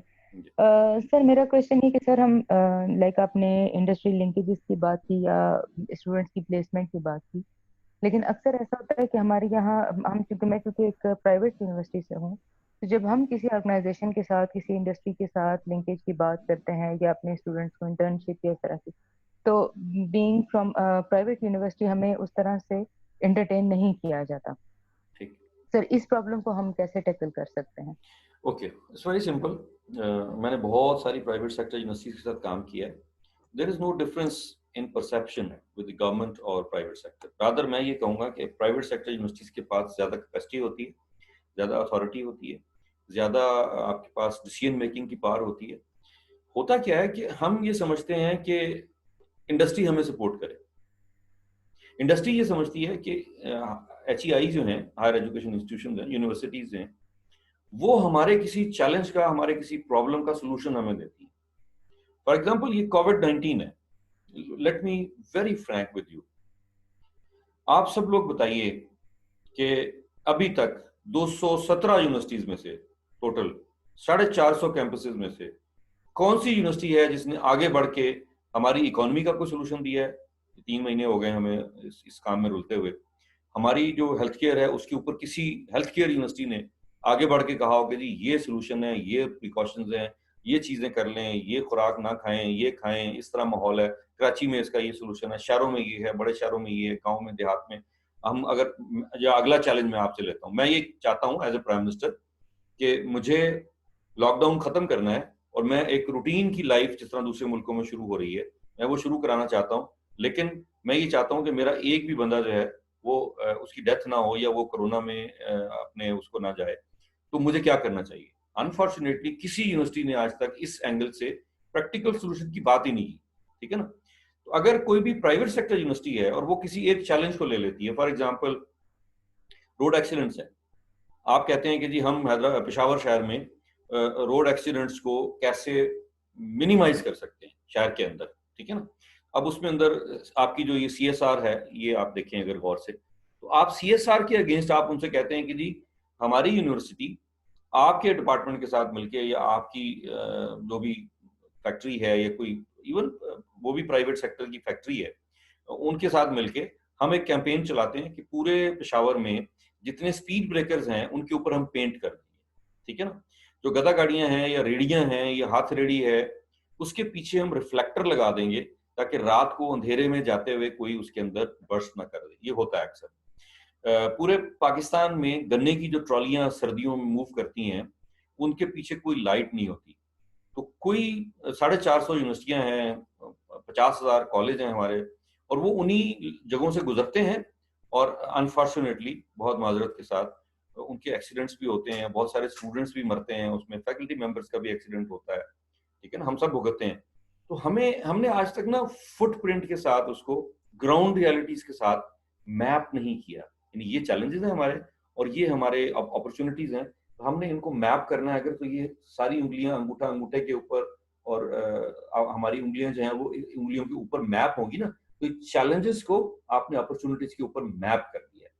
हम करते हैं इस तरह या हम करते हैं इस तरह या हम उलट कर रहे होते हैं। हम कहते हैं कि हम क्या कर सकते हैं, हम तो यूनिवर्सिटी हैं, हम आपको क्या दे सकते हैं? आप इतना कुछ दे सकते हैं कि जिसका आपको अंदाजा नहीं है। मैंने जितनी यूनिवर्सिटियों के साथ कंसल्टिंग की है, जितनी यूनिवर्सिटियों को मैंने टर्न अराउंड करने के लिए काम किया है, मैं सबसे पहले उनकी ये जो ब्रांडिंग और इमेज बिल्डिंग है ना, मैं इसी के ऊपर काम करता हूँ कि जैसे ही अब्बासियन यूनिवर्सिटी का नाम आए, आपके जहन में फौरन आ जाए, पूरे शहर के जहन में आ जाए, यार ये they are so cooperative people, they are so competent people, they have solution for every problem of the city. Cleanliness की बात है, ग्रीन सिटी की बात है, green campus is clean campus, clean campus is green campus. ये slogans जो हैं, या आपने ये लोगों को जो फकीर हैं, बच्चे हैं, भीख मांगते हैं, उनके लिए आपने कोई प्रोग्राम बनाना है। ये इतने प्रोग्राम है, मतलब मैं अभी टाइम इसके ऊपर ज्यादा नहीं लगाना चाह रहा, क्योंकि मैं कुछ और क्वेश्चन लेना चाह रहा हूँ। सो आंसर इज कि जो चाहे आप कर सकते हैं, और प्राइवेट सेक्टर यूनिवर्सिटी के पास तो लिमिटेशंस कोई नहीं होती। और मजे की बात यह है कि मेरे पास ऐसे प्रोग्राम्स हैं कि आपके फंड रेजिंग भी होगी, आपको पैसे भी आएंगे, आप प्रोजेक्ट्स भी करेंगे। आपका हर स्टूडेंट जो अब्बासियन यूनिवर्सिटी में एडमिशन लेगा, वो पूरे का पूरा प्लेस होगा, चारों समर में उसको इंटर्नशिप मिलेगी, और वो बच्चे जो हैं सबसे पहले जॉब लेंगे, और जॉब लेने के बाद भी अच्छी जॉब उनको मिलेगी। टॉप की 40 जॉब हैं फर्स्ट रैंक उस एरिया में, वो आपके स्टूडेंट्स को मिलेंगी। ये इन सारी चीज़ों के अगेंस्ट हम करेंगे। It's a long plan, long training, और इसमें विजन सेट करना वाइस चांसलर या रेक्टर से लेके और आपका जो प्लेसमेंट सेंटर है, ये पूरी हायरार्की जो है इसके अंदर आएगी। इसके ऊपर फिर हम अलग से भी बात कर सकते हैं, और इन डिटेल हम कोई और सेशन हम एक प्लान कर रहे हैं अभी यूनिवर्सिटीज के लिए, अलग से एक मैराथन, उसमें जो लोग उसमें इंटरेस्टेड हो वो उसमें आ सकते हैं। I hope I answered your question. Thank you very much sir, very clear. Sir second मेरा क्वेश्चन है कि सर हम ऑरिक की बात करते हैं, हमारे यहाँ पे यूनिवर्सिटी में एक ऑरिक डिवीजन डेवलप हो गया है, लेकिन मुझे लगता है उनका सारा फोकस जो है वो पेटेंट्स की तरफ है, भाई पेटेंट्स पेटेंट पेटेंट। क्या हम लिमिटेड हैं पेटेंट्स तक, कि हम कोई ऐसी चीज प्रोड्यूस करें या कोई ऐसी रिसर्च करें कि जिसमें हम जी नहीं, बिल्कुल नहीं। और मतलब अनफॉर्चुनेटली इसके अलावा उस ऑरिक की और क्या रिस्पॉन्सिबिलिटीज हैं? जी, फर्स्ट ऑफ ऑल अगर आप उसका पोस्टमार्टम करें, office of research, innovation and commercialisation, ठीक है ना। अनफॉर्चुनेटली पाकिस्तान की शायद किसी यूनिवर्सिटी में कोई ऐसी चीज़ बनाई हो जो पाकिस्तान में या दुनिया में इंसानियत की फलाह के लिए, इंडस्ट्री की बेहतरी के लिए, या एट लार्ज गवर्नेंस की बेहतरी के लिए इस्तेमाल होती हो। हमें ऑरिक जो है उसको उसकी नाम की मुनासिबत से इक्विप करना है। बट प्रॉब्लम इज कि फॉर एग्जांपल जो हम डायरेक्टर बनाते हैं ऑरिक का और उसके नीचे 3 मैनेजर्स होते हैं, अनफॉर्चुनेटली हम इसको एक फटीक समझते हैं। हम इसको एक एडिशनल टास्क पे किसी प्रोफेसर को रख लेते हैं, किसी फैकल्टी मेंबर को कहते हैं तुम डायरेक्टर ऑरिक बन जाओ, पढ़ाओ भी साथ में ये काम भी करो। अच्छा, होता क्या है, ऑरिक में वो बंदा काम सक्सेसफुल होता है, हम ये समझते हैं, और ये गलत है, मैं डिसएग्री करता हूँ इस चीज़ से। जिसको रिसर्च भी आती हो, इनोवेशन भी आती हो, जिसको कमर्शलाइजेशन भी आती हो, इन माय ओपिनियन इंसानियत के लिहाज से दुनिया में कोई ऐसा शख्स नहीं होता जो बैक वक्त मर्द भी हो, यानी मैन भी है, वेमेन भी है और ट्रांसजेंडर भी है। ये हो नहीं सकता। या वो एक होगा या 2 होंगे, ट्रांसजेंडर होगा, मेल होगा या फीमेल होगा। हम एक्सपेक्ट कर रहे हैं कि एक बंदा जो रिसर्च कर सकता है ना, वो कमर्शलाइजेशन नहीं कर सकता। ये रूल ऑफ थंब है, ऐसे लिखा हुआ, हो ही नहीं सकता। क्योंकि वो अगर वो कमर्शलाइजेशन की चीजें जानता है ना, उसका माइंड रिसर्च की तरफ जा ही नहीं सकता। क्योंकि रिसर्च कभी भी ये चीजों की जो है ना फाइनेंशियल्स और उसकी पैसे लेना या देना, उससे मुबर्रा होती है। जब वो पैसों के चक्कर में पड़ जाता है, वो रिसर्च नहीं कर सकता। अच्छा, और इनोवेशन जो है वो बिल्कुल ही डिफरेंट चीज है। आपने इनोवेट करना है, कोई नई चीज डेवलप करनी है, इजाद करनी है, ठीक है ना। वो आप कर ही नहीं सकते जब तक आपको फ्री हैंड ना दिया जाए, जब तक आप बिल्कुल आजाद यहां से ना हो, आपको कोई फिक्र ना हो, आपको कोई पढ़ाने की या एडमिनिस्ट्रेटिव जॉब्स की। या मैंने यूनिवर्सिटियों में देखा है, बेचारा एक फैकल्टी मेंबर 8 एडिशनल टास्क के ऊपर काम कर रहा है। मैं ये समझते से कासिर हूं कि जिस तरह एक मिनिस्टर को 3 मिनिस्ट्रियां दी हुई हैं। Humanly how can this be possible कि एक बंदा 3 बंदों का काम कर सकता है, एक दिन में वो 3 मिनिस्ट्रियों में जा सकता है, एक दिन में वो 3 मिनिस्ट्रियों की मीटिंग ले सकता है? नो वे। इसका मतलब है कि उन मिनिस्ट्रियों के इतने बड़े पैराफर्नालिया की जरूरत ही नहीं थी। इसी तरह ये काम भी जो है 3 बंदे, फर्स्ट ऑफ ऑल इसका ये जवाब है। दूसरा ये है कि क्या आपने उस डायरेक्टर को ट्रेन किया है? ऑरिक की ट्रेनिंग जो हमने 38 ऑरिक के डायरेक्टर्स हमने ट्रेन किए थे, अनफॉर्चुनेटली पूरे पाकिस्तान की किसी यूनिवर्सिटी के ऑरिक डिपार्टमेंट में उनमें से ट्रेन किया हुआ बंदा मौजूद नहीं। तो या ट्रांसफर हो गया, या पोस्ट डॉक के लिए चला गया, या नए वाइस चांसलर साहब आए तो उसकी बनी नहीं, उसको खुडे लाइन लगा दिया उन्होंने। पूरे पाकिस्तान के 38 ट्रेंड ऑरिक में। ट्रेनिंग इसलिए जरूरी होती है कि जब भी आप कोई नया काम करने लगते हैं तो एक बेस्ट प्रैक्टिस ये होती है कि आप एक दफा उसकी ट्रेनिंग करें, उसके जो प्रीरेक्विजिट्स हैं उनको देख लें। अनफॉर्चुनेटली यूनिवर्सिटियों में ये कल्चर नहीं है कि काम उसको सौंपने से पहले उसको ट्रेनिंग भी दी जाए। तो ये इसका एक हम्बल सा जवाब है। मैं घंटों इसके ऊपर बात कर सकता हूँ, लेकिन इनोवेशन, रिसर्च और कमर्शलाइजेशन एक बंदा, एक डायरेक्टर उसको हैंडल नहीं कर सकता। इसीलिए उसके नीचे 3 मैनेजर रखे हैं, लेकिन वो 3 मैनेजर भी बराए नाम होते हैं। मैंने कभी किसी यूनिवर्सिटी में 3 एक वक्त में मैनेजर देखे नहीं है कि वो मौजूद हों फिजिकली और 100% उनका यही काम हो। या वो एडिशनल टास्क पे होते हैं, ये एक बंदा 3 बंदों का 4 बंदों का काम कर रहा होता है, तो वो इंपॉर्टेंस हम नहीं दे रहे, तो हम उस पर फायदा क्या लेंगे। और उसके बाद इंडस्ट्री के साथ आपका क्लोज लाइजन ही नहीं है, इंडस्ट्री की प्रॉब्लम्स आपके पास है ही नहीं, उसका सोल्यूशन आपने क्या देना है, और टाइम भी आपके पास नहीं है। आप सबसे बड़ा बहाना ये लगा देते हैं कि जी हमारे पास फंड्स नहीं है। तो फंड्स तो आपने जनरेट करने हैं, फंड रेजिंग तो आपने करनी है, और उसके गुर हमने आपको बताने हैं। आप सीखें तो सही हमसे, हम बताएंगे आपको फंड रेजिंग क्या है। 2 दिन की वर्कशॉप है फंड रेजिंग की, अभी हम शुरू कर रहे हैं इसी तरह का 1 घंटे का कोर्स फंड रेजिंग के ऊपर भी, क्योंकि डिमांड है लोगों की, लोगों को चाहिए लेकिन लोगों को आता नहीं। तो हम कहते हैं भाई थोड़े से पैसे खर्च करो, चाहे यूनिवर्सिटी पेमेंट कर दे उसकी फीस की, इसी तरह जैसे इस कोर्स की है, या आप अपनी जेब से कर दें। आपको फंड रेजिंग अगर आ जाएगी तो आप अपने लिए, अपनी यूनिवर्सिटी के लिए, अपने डिपार्टमेंट के लिए, या अपने किसी और जितने हमारे पार्टिसिपेंट्स और एरिया से हैं, वो अपने लिए कुछ ना कुछ तो सोच सकते हैं ना। कंसल्टेंट बनने के तो ये जरूरी होता है, क्योंकि आपने ये सारे चैलेंजेस को एड्रेस करना होता है। जी नेक्स्ट क्वेश्चन। सर ये हमारी यूनिवर्सिटी में जो ईडीसी है, एग्जीक्यूटिव डेवलपमेंट सेंटर, उनको यूज सिर्फ किया जाता है वर्कशॉप के लिए और इसके लिए। अब आज के प्रोस्पेक्टिव में जो सारी चीजें आपने बताई हैं, मतलब उनका तो दूर दूर से कोई रिलेशन जो है ना वो नहीं दिखता, स्पेशली जो हमारी साइड की यूनिवर्सिटीज हैं। तो इसके लिए मतलब हमें एज अ फैकल्टी मेंबर जो है वो पर्टिकुलरली किस चीज के ऊपर फोकस करना चाहिए, ताकि जो है वो अब जाहिर सी बात है, आपने जैसे कहा कि हर एक चीज के लिए हमें अलग अलग बंदा चाहिए, एक बंदा तो जो है वो काम नहीं कर सकता। तो बीइंग अ कंसल्टेंट हम किस चीज में जो वो ज्यादा फोकस करें कि ये ईडीसी के जो गोल हैं या टास्क हैं वो हम अचीव कर सकें। ये एक स्लाइड अगर आप फ्रेम करा के अपने दफ्तर में लगा लें, अपनी डेस्क के सामने, जहां हर वक्त आपको नजर आती रहे, और आप अपने हायरार्की में ऊपर भी और नीचे भी, यानी अपवर्ड, डाउनवर्ड और हॉरिजॉन्टल, जितने लोग हैं उसके अंदर आप उनको प्रोपेगेट करें। आप इन सारी पोजीशंस के लिए लोगों को ट्रेन कर लें। एडिशनल टास्क भी होते हैं, मैं ये नहीं कह सकता कभी भी कि आप कि ये सारी पोजीशन जो है आप हायर कर सकेंगे। अनफॉर्चुनेटली ऐसा रिवाज ही नहीं है हमारे यहाँ कि जितने लोग हों वो काम करें और अच्छा काम करें, पूरा काम करें।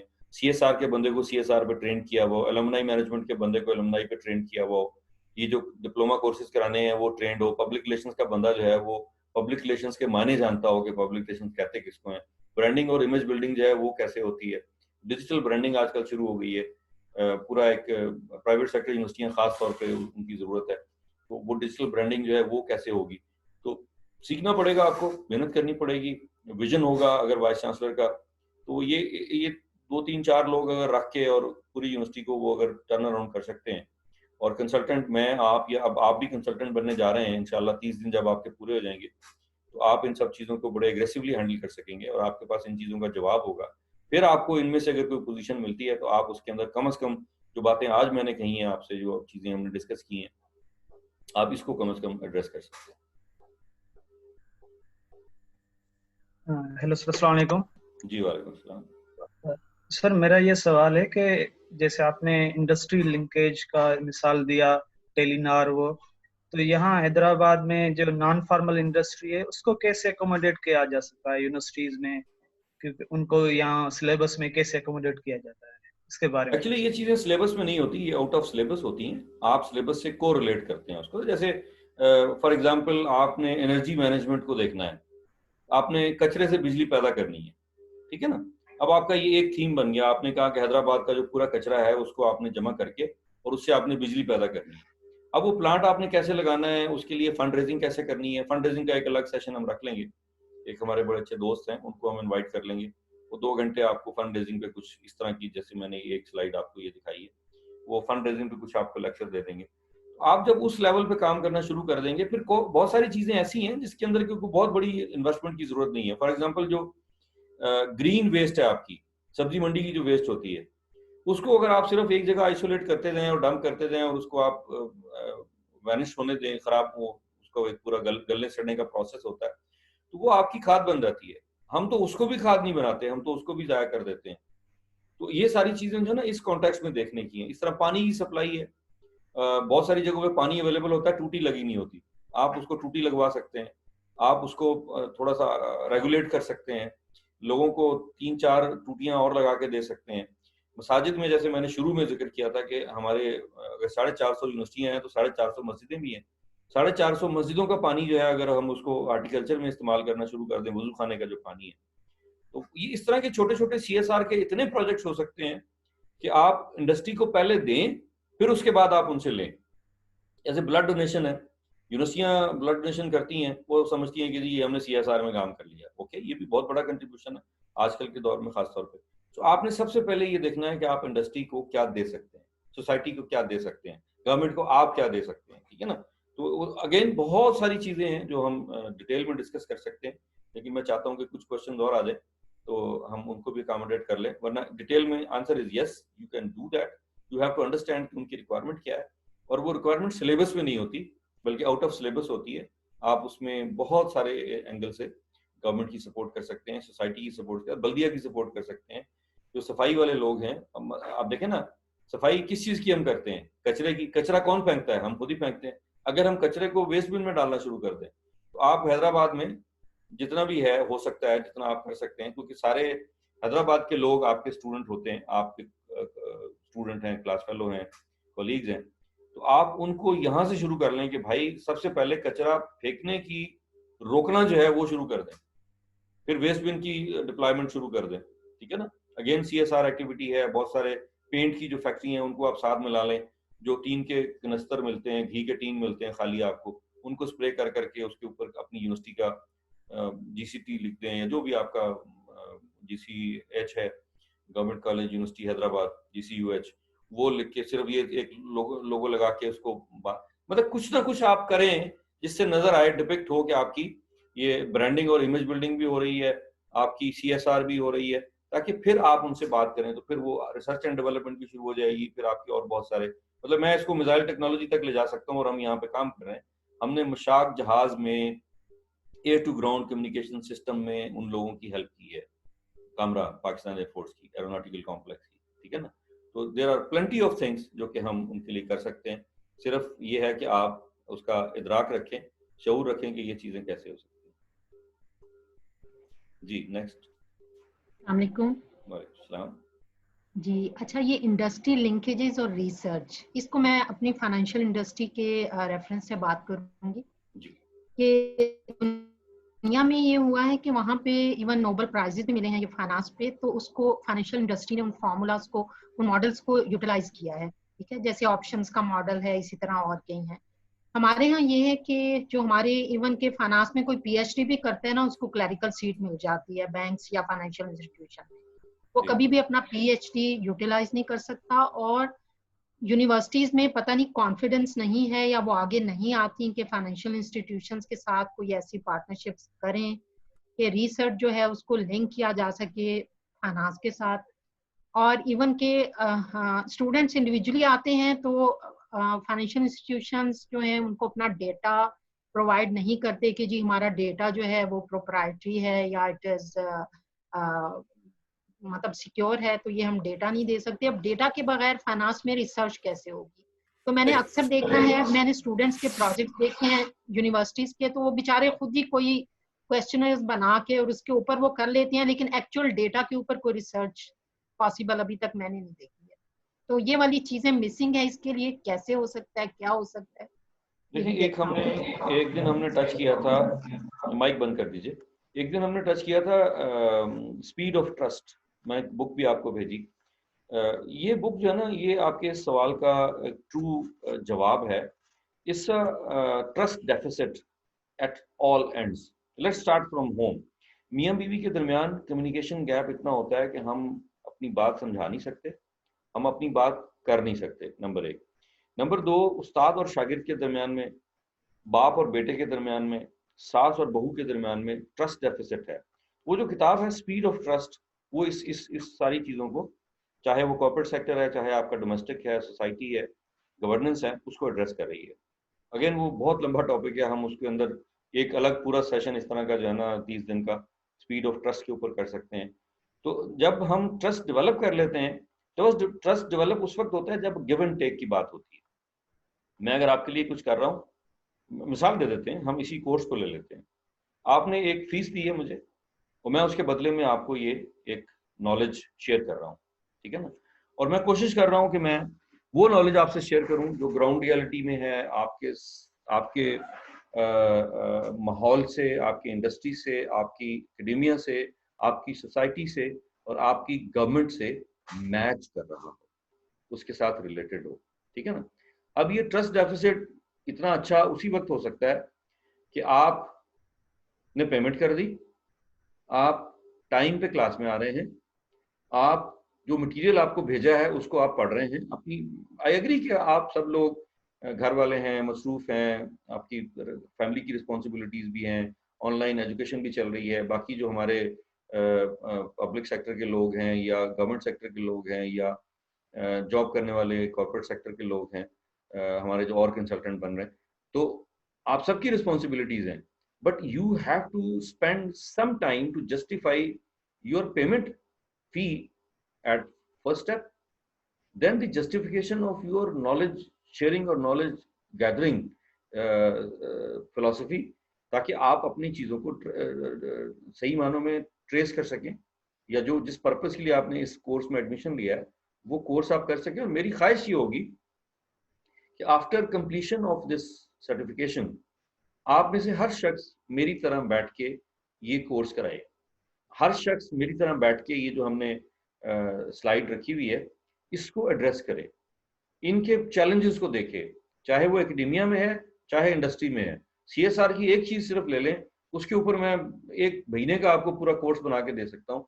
एक सीएसआर को एज ए सब्जेक्ट पढ़ाना चाहिए यूनिवर्सिटीज में, एचआर में, मार्केटिंग में, मैनेजमेंट में, ठीक है ना, कंप्यूटर साइंस में, ऑर्गेनाइजेशनल बिहेवियर में यहाँ कंप्यूटर साइंस में पढ़ाता हूँ बच्चों को।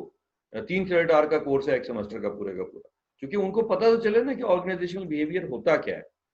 तो इस कॉन्टेक्स्ट में again there are tremendous opportunities. Trust deficit जब आप खत्म कर देंगे, लोगों को ये पता चलेगा कि क्या चीजें हो सकती हैं, लोगों को ये पता चलेगा कि हम किन चीजों से बेनिफिट ले सकते हैं या दे सकते हैं, तब आप उससे फायदा उठा सकते हैं। तो ये दोनों तरफ की रिस्पॉन्सिबिलिटी है, दोनों तरफ को ये काम कर। जी नेक्स्ट,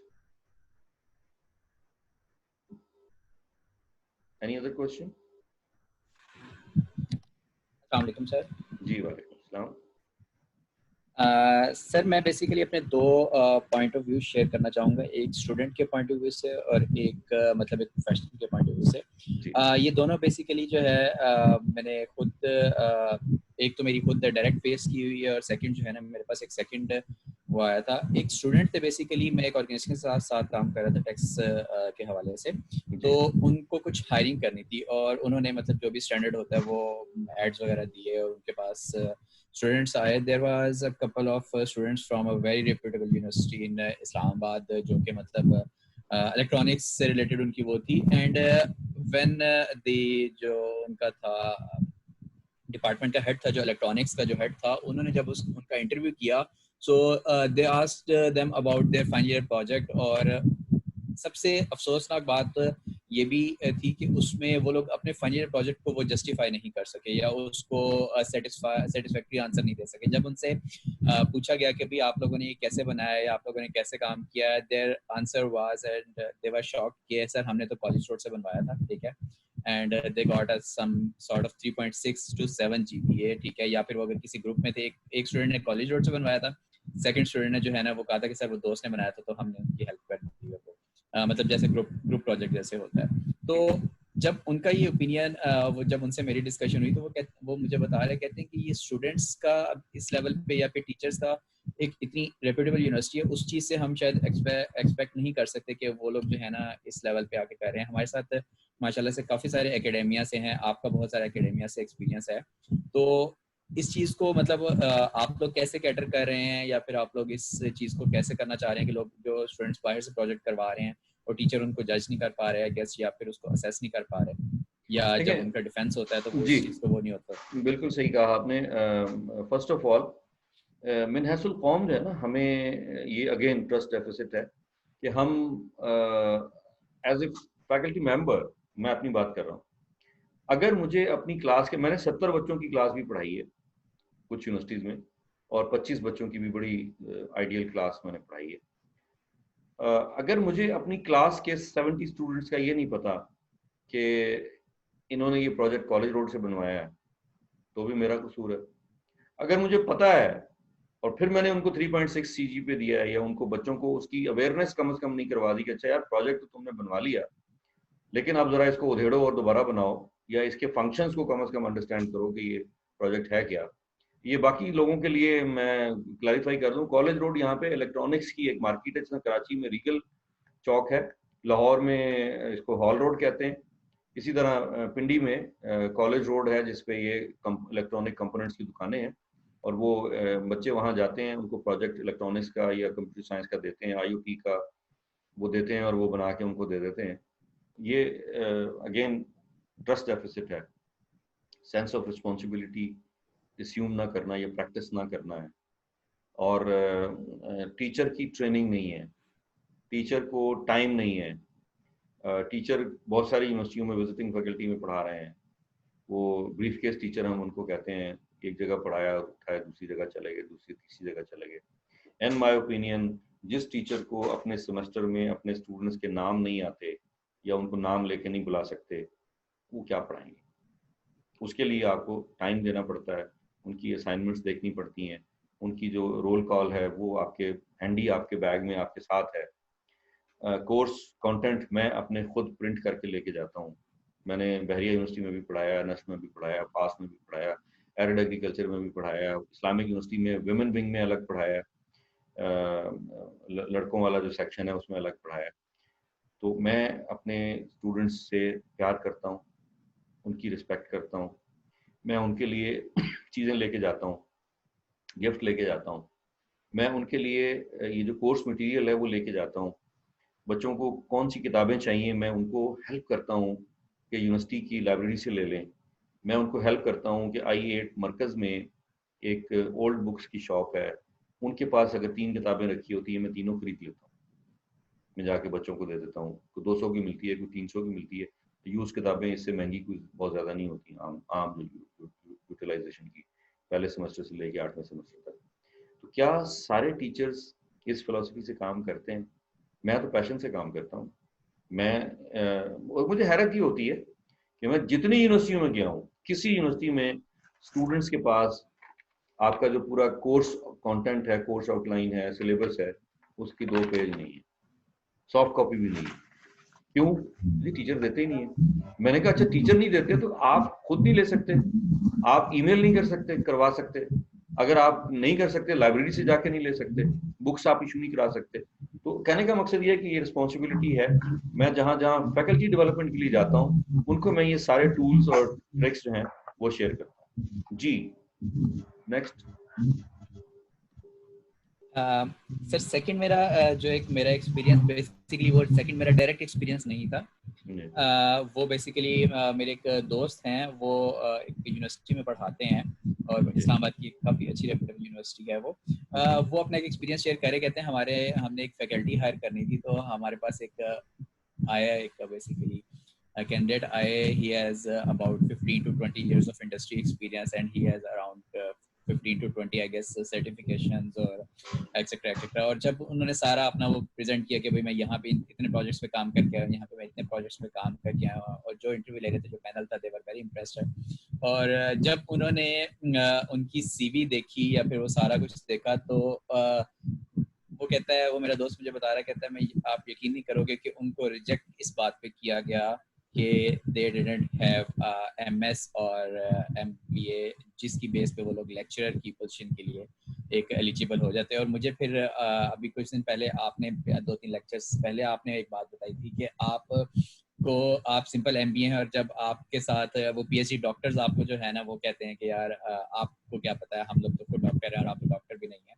लेकिन आपका जो इंडस्ट्री एक्सपीरियंस है या फिर जो किसी स्पेशल पर्सन का होता है, लेकिन वो HEC की रिस्ट्रिक्शन की वजह से या फिर किसी पॉलिसी की वजह से बहुत एक कॉम्पिटेंट पर्सन जो है ना वो लोग अपने एक्सपीरियंसेस नहीं शेयर कर पाते। सिमिलरली जो अगर मैं अकाउंटिंग की फील्ड से रिलेटेड, तो मेरा एक फ्रेंड है, ही वाज MBA फाइनेंस। आपके माइक में उस्मान पंखे की हवा आ रही है जिसकी वजह से डिस्टॉर्शन बहुत ज्यादा आ रही है। अब ठीक है। I am sorry. अब तो इसी तरह मेरे एक जो है वो एक और दोस्त थे, वो MBA फाइनेंस थे, ठीक है, और MBA फाइनेंस में वो फाइनेंशियल रिस्क मैनेजमेंट और डिसीजन मेकिंग के वो सर वो उनको MBA फाइनेंस लेवल पे पढ़ाया जा रहा है, जो कि हम लोगों ने मतलब मैं अगर ACM में हूँ तो हम लोगों ने सेकंड सेमेस्टर की उसमें किसी बुक में हम लोग वो सारा कवर कर चुके हैं। तो आई गेस ये जो हमारे साथ मिस सरवत होती हैं ये भी क्योंकि इंटरनेशनली पढ़ के आई हैं, तो ये पाकिस्तान के करिकुलम और इंटरनेशनल करिकुलम से जो है ना वो डिफरेंसेस को समझ सकती हैं और उस चीज़ को। लेकिन अगर यही लेट्स से ACMS हो गए, चार्टर्ड अकाउंटेंट्स हो गए, अगर यही लोग जाते हैं किसी यूनिवर्सिटी में किसी स्पेशल सब्जेक्ट को पढ़ाने के लिए, तो HEC इनको अलाउ नहीं करता, बिकॉज ये लोग जो है इनको MS की इक्विवेलेंसी नहीं चलिए उस्मान, ये हम हमारा टाइम बहुत लंबा होता जा रहा है। आपने जो तबसरा किया है वो मैं एग्री करता हूँ उससे, और हमें उसको मैनेज करने की ज़रूरत है। ये बाइंडिंग भी ज़रूरी थी HEC की तरफ से कि कम से कम एक काबिल आदमी कम से कम PhD हो, ताकि वो MS को या MBA को पढ़ाए और PhD के जो लोग हैं उनको कोर्स करवा सके। But on the other hand मेरे जैसे लोग बहुत कम हैं। मैं अपनी तारीफ नहीं कर रहा, मैं सिर्फ अपने 35 ईयर्स का जो 37 साल का बल्कि एक्सपीरियंस है उसको यूनिवर्सिटी ने एक्यूमुलेट किया है, अंडरस्टैंड किया है, टेस्ट किया है। मेरा मेटल टेस्ट किया उन्होंने, और मेटल टेस्ट करके उन्होंने जो मैंने उनको सोल्यूशन दिए हैं, 120 यूनिवर्सिटियां कम से कम मेरे एक्सपीरियंस से मुस्तफीद हुई हैं, और मैंने 600 स्टार्टअप करवाए हैं, और ऑरेक्स से लेके और स्टूडेंट अफेयर्स और इन सब चीज़ों को। तो तब उन्होंने मुझे प्रोफेसर ऑफ प्रैक्टिस समझा है, मेरे नंबर ऑफ ईयर्स को इंडस्ट्री में जो है उसको एक्सेप्ट करके, और मैंने उनको बेनिफिट दिए हैं। हर कोई ऐसे करता नहीं है अनफॉर्चुनेटली। और बहुत सारे लोग अगर आप अपने देखें तो यूनिवर्सिटियों में शुरू में जिस वजह से HEC को ये लागू करना पड़ा कि वो सिंपल एजुकेशन के साथ उठा के उनको ठीक ठाक वो विजिटिंग फैकल्टी में पैसे दिए जा रहे हैं, और बच्चों को और उनको पता कुछ नहीं है कि क्या चीज़ करनी है क्या नहीं करनी है। वो भी ज़रूरी है, लेकिन जो इंडस्ट्री से लोग आएंगे उनकी डिग्री उस तरह की नहीं होती। बाज़ इंजीनियर होते हैं सिंपल BE किया हुआ है, लेकिन उनका 30 साल का 20 साल का एनर्जी मैनेजमेंट का एक्सपीरियंस है या ट्रांसमिशन का एक्सपीरियंस है इलेक्ट्रिकल इंजीनियरिंग में। वो जब आके पढ़ाते हैं तो फिर वो ग्राउंड रियलिटी बताते हैं। और ये मैंने इंडस्ट्री एक्सपर्ट थे हमारे सीमेंस के, कराची में हम एक IEEE की एक कांग्रेस में थे, उसमें उन्होंने ये स्लाइड शेयर की थी जिसमें 84% एनर्जी हम वेस्ट करते हैं और 16% एनर्जी जो है वो पाकिस्तान में यूटिलाइज होती है। तो इस तरह की चीज़ें हैं। Again we have to restructure the whole HEI culture, number 1। Number 2, हमें अपने फैकल्टी मेंबर्स को ट्रेन करना है कि वो चीज़ों को किस तरह अंडरस्टैंड करें। हमें अपने इंडस्ट्री को, गवर्नेंस को कनेक्ट करना है फैकल्टी मेंबर्स के साथ और स्टूडेंट्स के साथ, यूनिवर्सिटीज के साथ, ताकि वो बेनिफिट ले सकें। जी नेक्स्ट।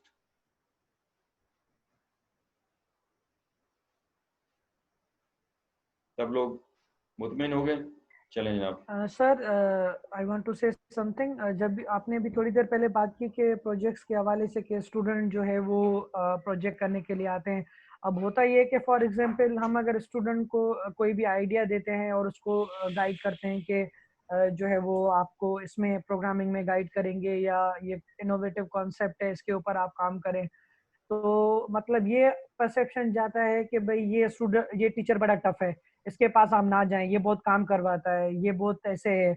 उसकी बजाय जो है वो डेफर करके स्टूडेंट जो है वो एक ऐसे टीचर के पास जाते हैं जो कि मतलब प्रिटी रिलैक्स है या काम में या उसमें। तो उस चीज को जो है वो स्टूडेंट की साइकोलॉजी से कैसे जो है ना वो टैकल किया जाए डॉक्टर बेस्ड ऑन द साहब, मैं साइकोलॉजी ऑफ स्टूडेंट। जी मैं अर्ज करता हूँ, आपने if you recall your school life, then college and then university life, आपको आज सिर्फ उन टीचर्स के नाम याद होंगे जो आपको टफ टाइम देते हो, बाकियों के नाम भी आप भूल चुके होंगे, if I am not wrong. कम से कम मेरे साथ तो ये था। मैं जाता हूँ किसी भी यूनिवर्सिटी में, let's take the example of Bahria university. Bahria university में जब मैं पहले दिन गया तो मैंने बच्चों से कहा, मैंने कहा बेटा, I am from industry, I have nothing to do with process और प्रोसीजर्स, बट यूनिवर्सिटी कहती है कि जी आपको अटेंडेंस लेनी है और 80% आपकी अटेंडेंस होगी तो आपको एडमिशन में बैठने का मौका मिलेगा। तो you have to manage that for your future. मेरी तरफ से बाइंडिंग कोई नहीं है, आप एक दिन भी ना आए मेरी सेहत पे कोई फर्क नहीं पड़ेगा। I will not tell you, I will not ask you कि भाई आप क्यों नहीं आए, नंबर 1।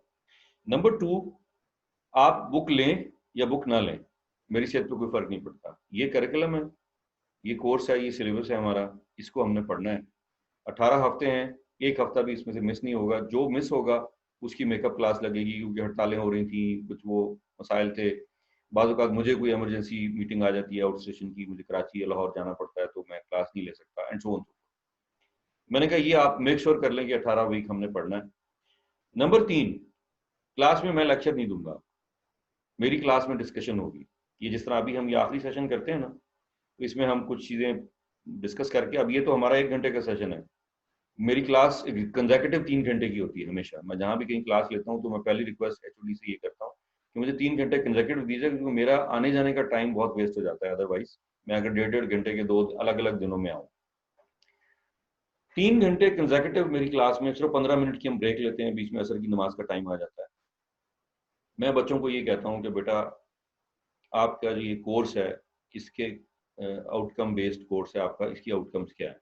पहले दिन मैं कोर्स करिकुलम पूरा 18 हफ्ते 36 टॉपिक या 40 टॉपिक, जितने भी टॉपिक होते हैं, बाज़ 2-3 टॉपिक होते हैं, बाज़ 1 टॉपिक होता है, वो मैं एक बर्ड्स आई व्यू शेयर करता हूँ।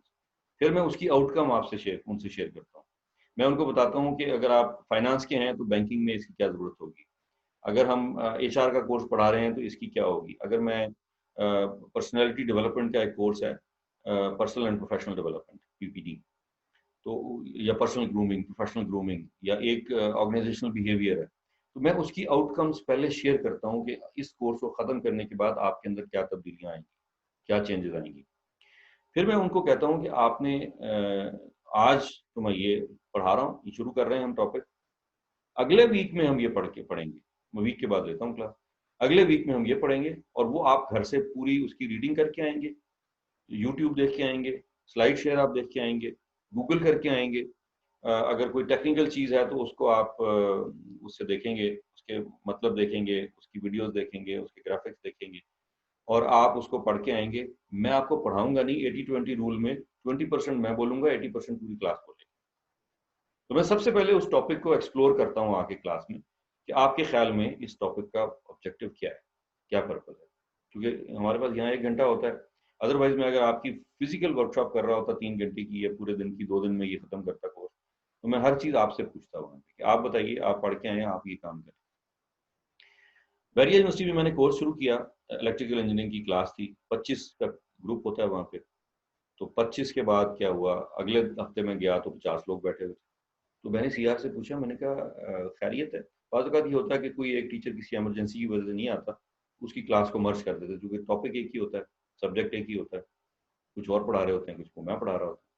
तो ही सेट के नहीं सर, ये हमारे क्लास फेलो ही हैं, दूसरे सेक्शन के हैं। तो हमने जाके आपके 3 घंटे का जो सेशन था, पीपीटी वाला सेशन था, पर्सनल एंड प्रोफेशनल डेवलपमेंट, तो हमने इनसे जिक्र किया था, तो इन्होंने ख्वाहिश का इजहार किया कि हम भी बैठ जाएं आके, अगर आपको एतराज़ ना हो। मैंने कहा मुझे तो कोई एतराज़ नहीं है, अटेंडेंस तो नहीं होगी इनकी। तो सर ये अटेंडेंस के लिए नहीं बैठे, ये सीखने के लिए बैठे।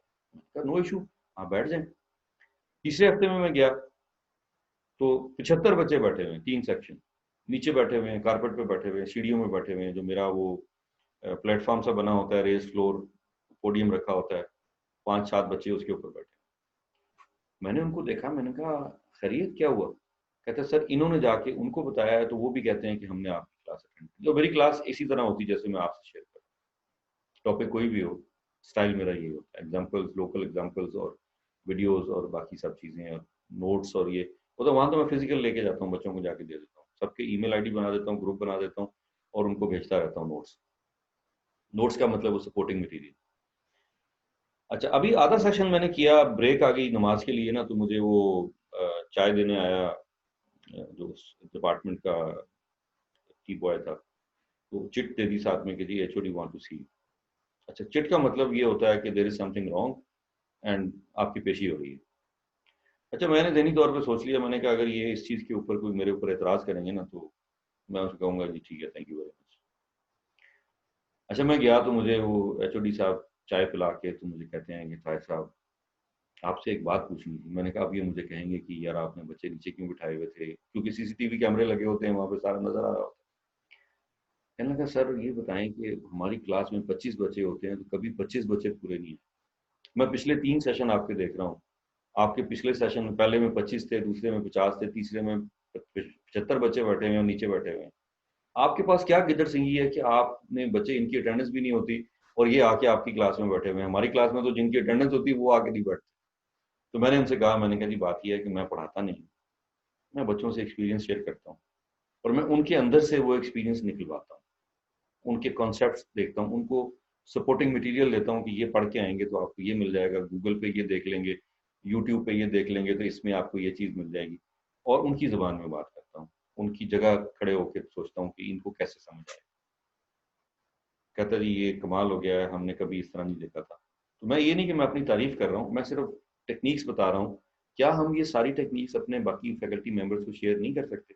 उन्होंने उसके लिए फिर पूरी फैकल्टी की ट्रेनिंग करवाई 2 दफा, और सबसे ज्यादा ट्रेनिंग मेरा ख्याल यहाँ मैंने बहरिया यूनिवर्सिटी की।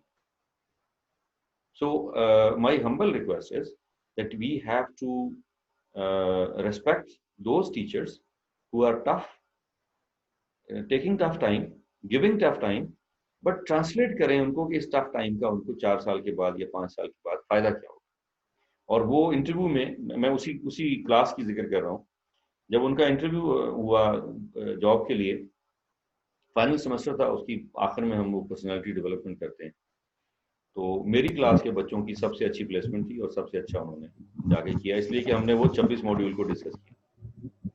जी doctor Zubia.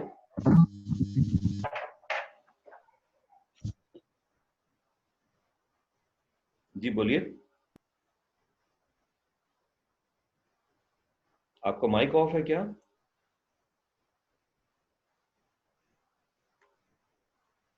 Doctor Zubia, you want to say something? जी वालेकुम सलाम।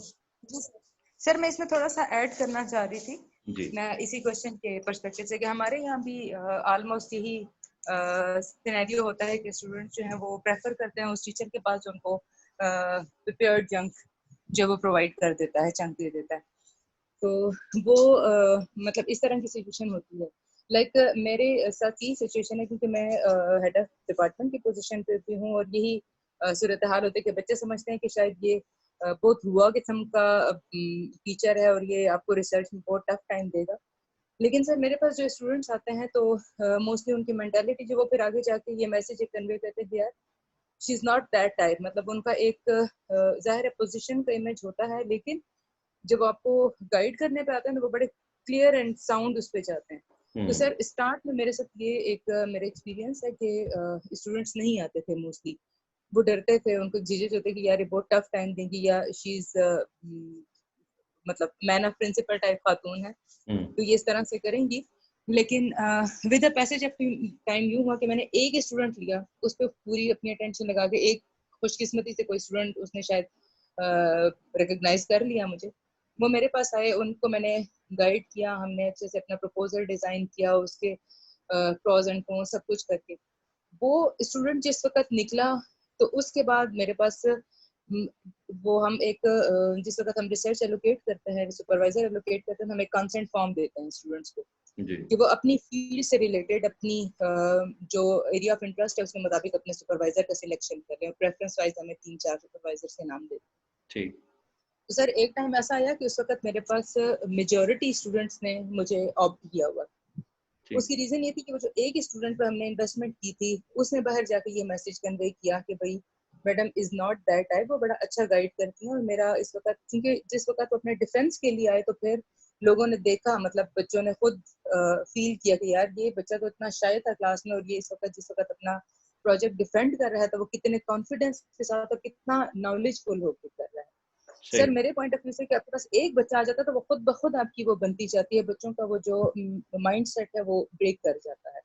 तो दिस इज जस्ट एक एक्सपीरियंस था जो मैं शेयर करी थी इस हवाले से, क्योंकि मैं खुद इस फेज में से गुजरी हूँ।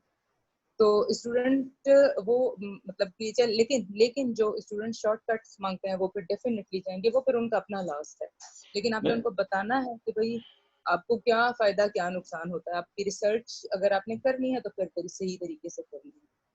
देखिए फिर वही बात आ गई कि नंबर 1 कि मैं तो अगर कोई स्टूडेंट आपसे खौफजदा है तो मैं तो इसको फेलियर समझता हूँ। अगेन ऑन दैट नोट, आपने उनको ये कॉन्फिडेंस देना है कि ये जिंदगी में आगे जो आपने 40-50 साल गुजारने हैं उसमें ये सारी रिसर्च और ये सारी जो आपकी ट्रेनिंग हो रही है या आपका जो ये पीरियड है टेक्नोलॉजी का या जो भी आप उसको कह लें लर्निंग का, ये आपको आगे जाके आसानियां पैदा करेगा। और टीचिंग की जो हमारे यहाँ प्रैक्टिसेस हैं उसमें जो डिलीवरी है टीचिंग की, वो भी मेथोडोलॉजी इतनी आसान नहीं है। लोग उसको अट्रैक्टिव नहीं बनाते, मोनोटनी होती है, बोर होते हैं, खुश्क होता है। बाज़ टीचर्स को क्लास में थोड़ा सा लाइटर मोड डिस्कस करने की आदत नहीं होती। मेरे पास तो कुछ प्रोफेशनल जोक्स होते हैं जो मैं क्रैक करता हूँ, यहाँ जो कि टाइम थोड़ा होता है इसलिए मैं आपसे शेयर नहीं करता, वरना हर आधे घंटे के बाद एक जोक मेरे पास होता है, और पूरे सेमेस्टर में मेरा जोक रिपीट नहीं होता। और वो प्रोफेशनल जोक होते हैं, इंजीनियर्स के जोक होते हैं, वकीलों के जोक होते हैं, डॉक्टर्स के जोक होते हैं, प्रोफेशनल्स के होते हैं, प्रोफेसर्स के होते हैं, जो कि बड़े सोबर और बड़े डिसेंट होते हैं। लेकिन वो बच्चों को, या मैं इवन फैकल्टी मेंबर्स की ट्रेनिंग कराता हूँ तो उसमें भी जोक्स होते हैं। तो आप, वो कहने का मकसद ये है कि टीचिंग एक पूरा एक फन है, एक आर्ट है, आपको वो सीखना चाहिए। अनफॉर्चुनेटली हमारे यहाँ एक बच्चा पीएचडी करता है, उसको हम गोल्ड मेडल, वो आ जी तुम पढ़ाना शुरू कर दो, वो पढ़ाना शुरू कर देता है, वो फिर कॉपी वही करता है जो हजरत मोहम्मद सल्लल्लाहु अलैहि वसल्लम के ज़माने में कि हम तुम्हारी बात कैसे मान लें, हमारे आबा व अजदाद बुतों की पूजा करते तो हम भी बुतों की पूजा करेंगे, तो हमारे टीचर जिस तरह पढ़ाते थे हम भी उसी तरह पढ़ाएंगे। तो नई टेक्निक्स, नई पेडागोजीज, एंडागोजीज वो हमें सीखनी है। और वो अल्टीमेटली कुछ यूनिवर्सिटियों ने, कॉन्सेप्ट्स ने फैकल्टी डेवलपमेंट अकेडमी रखी हुई है, हालांकि शुरू में उन्होंने भी वो टीचर ही टीचर को ट्रेन कर रहे हैं तो उसमें कोई इम्पैक्ट नहीं आता था, फिर कोई हम जैसे इंडस्ट्री के लोगों को उन्होंने बीच में डाला।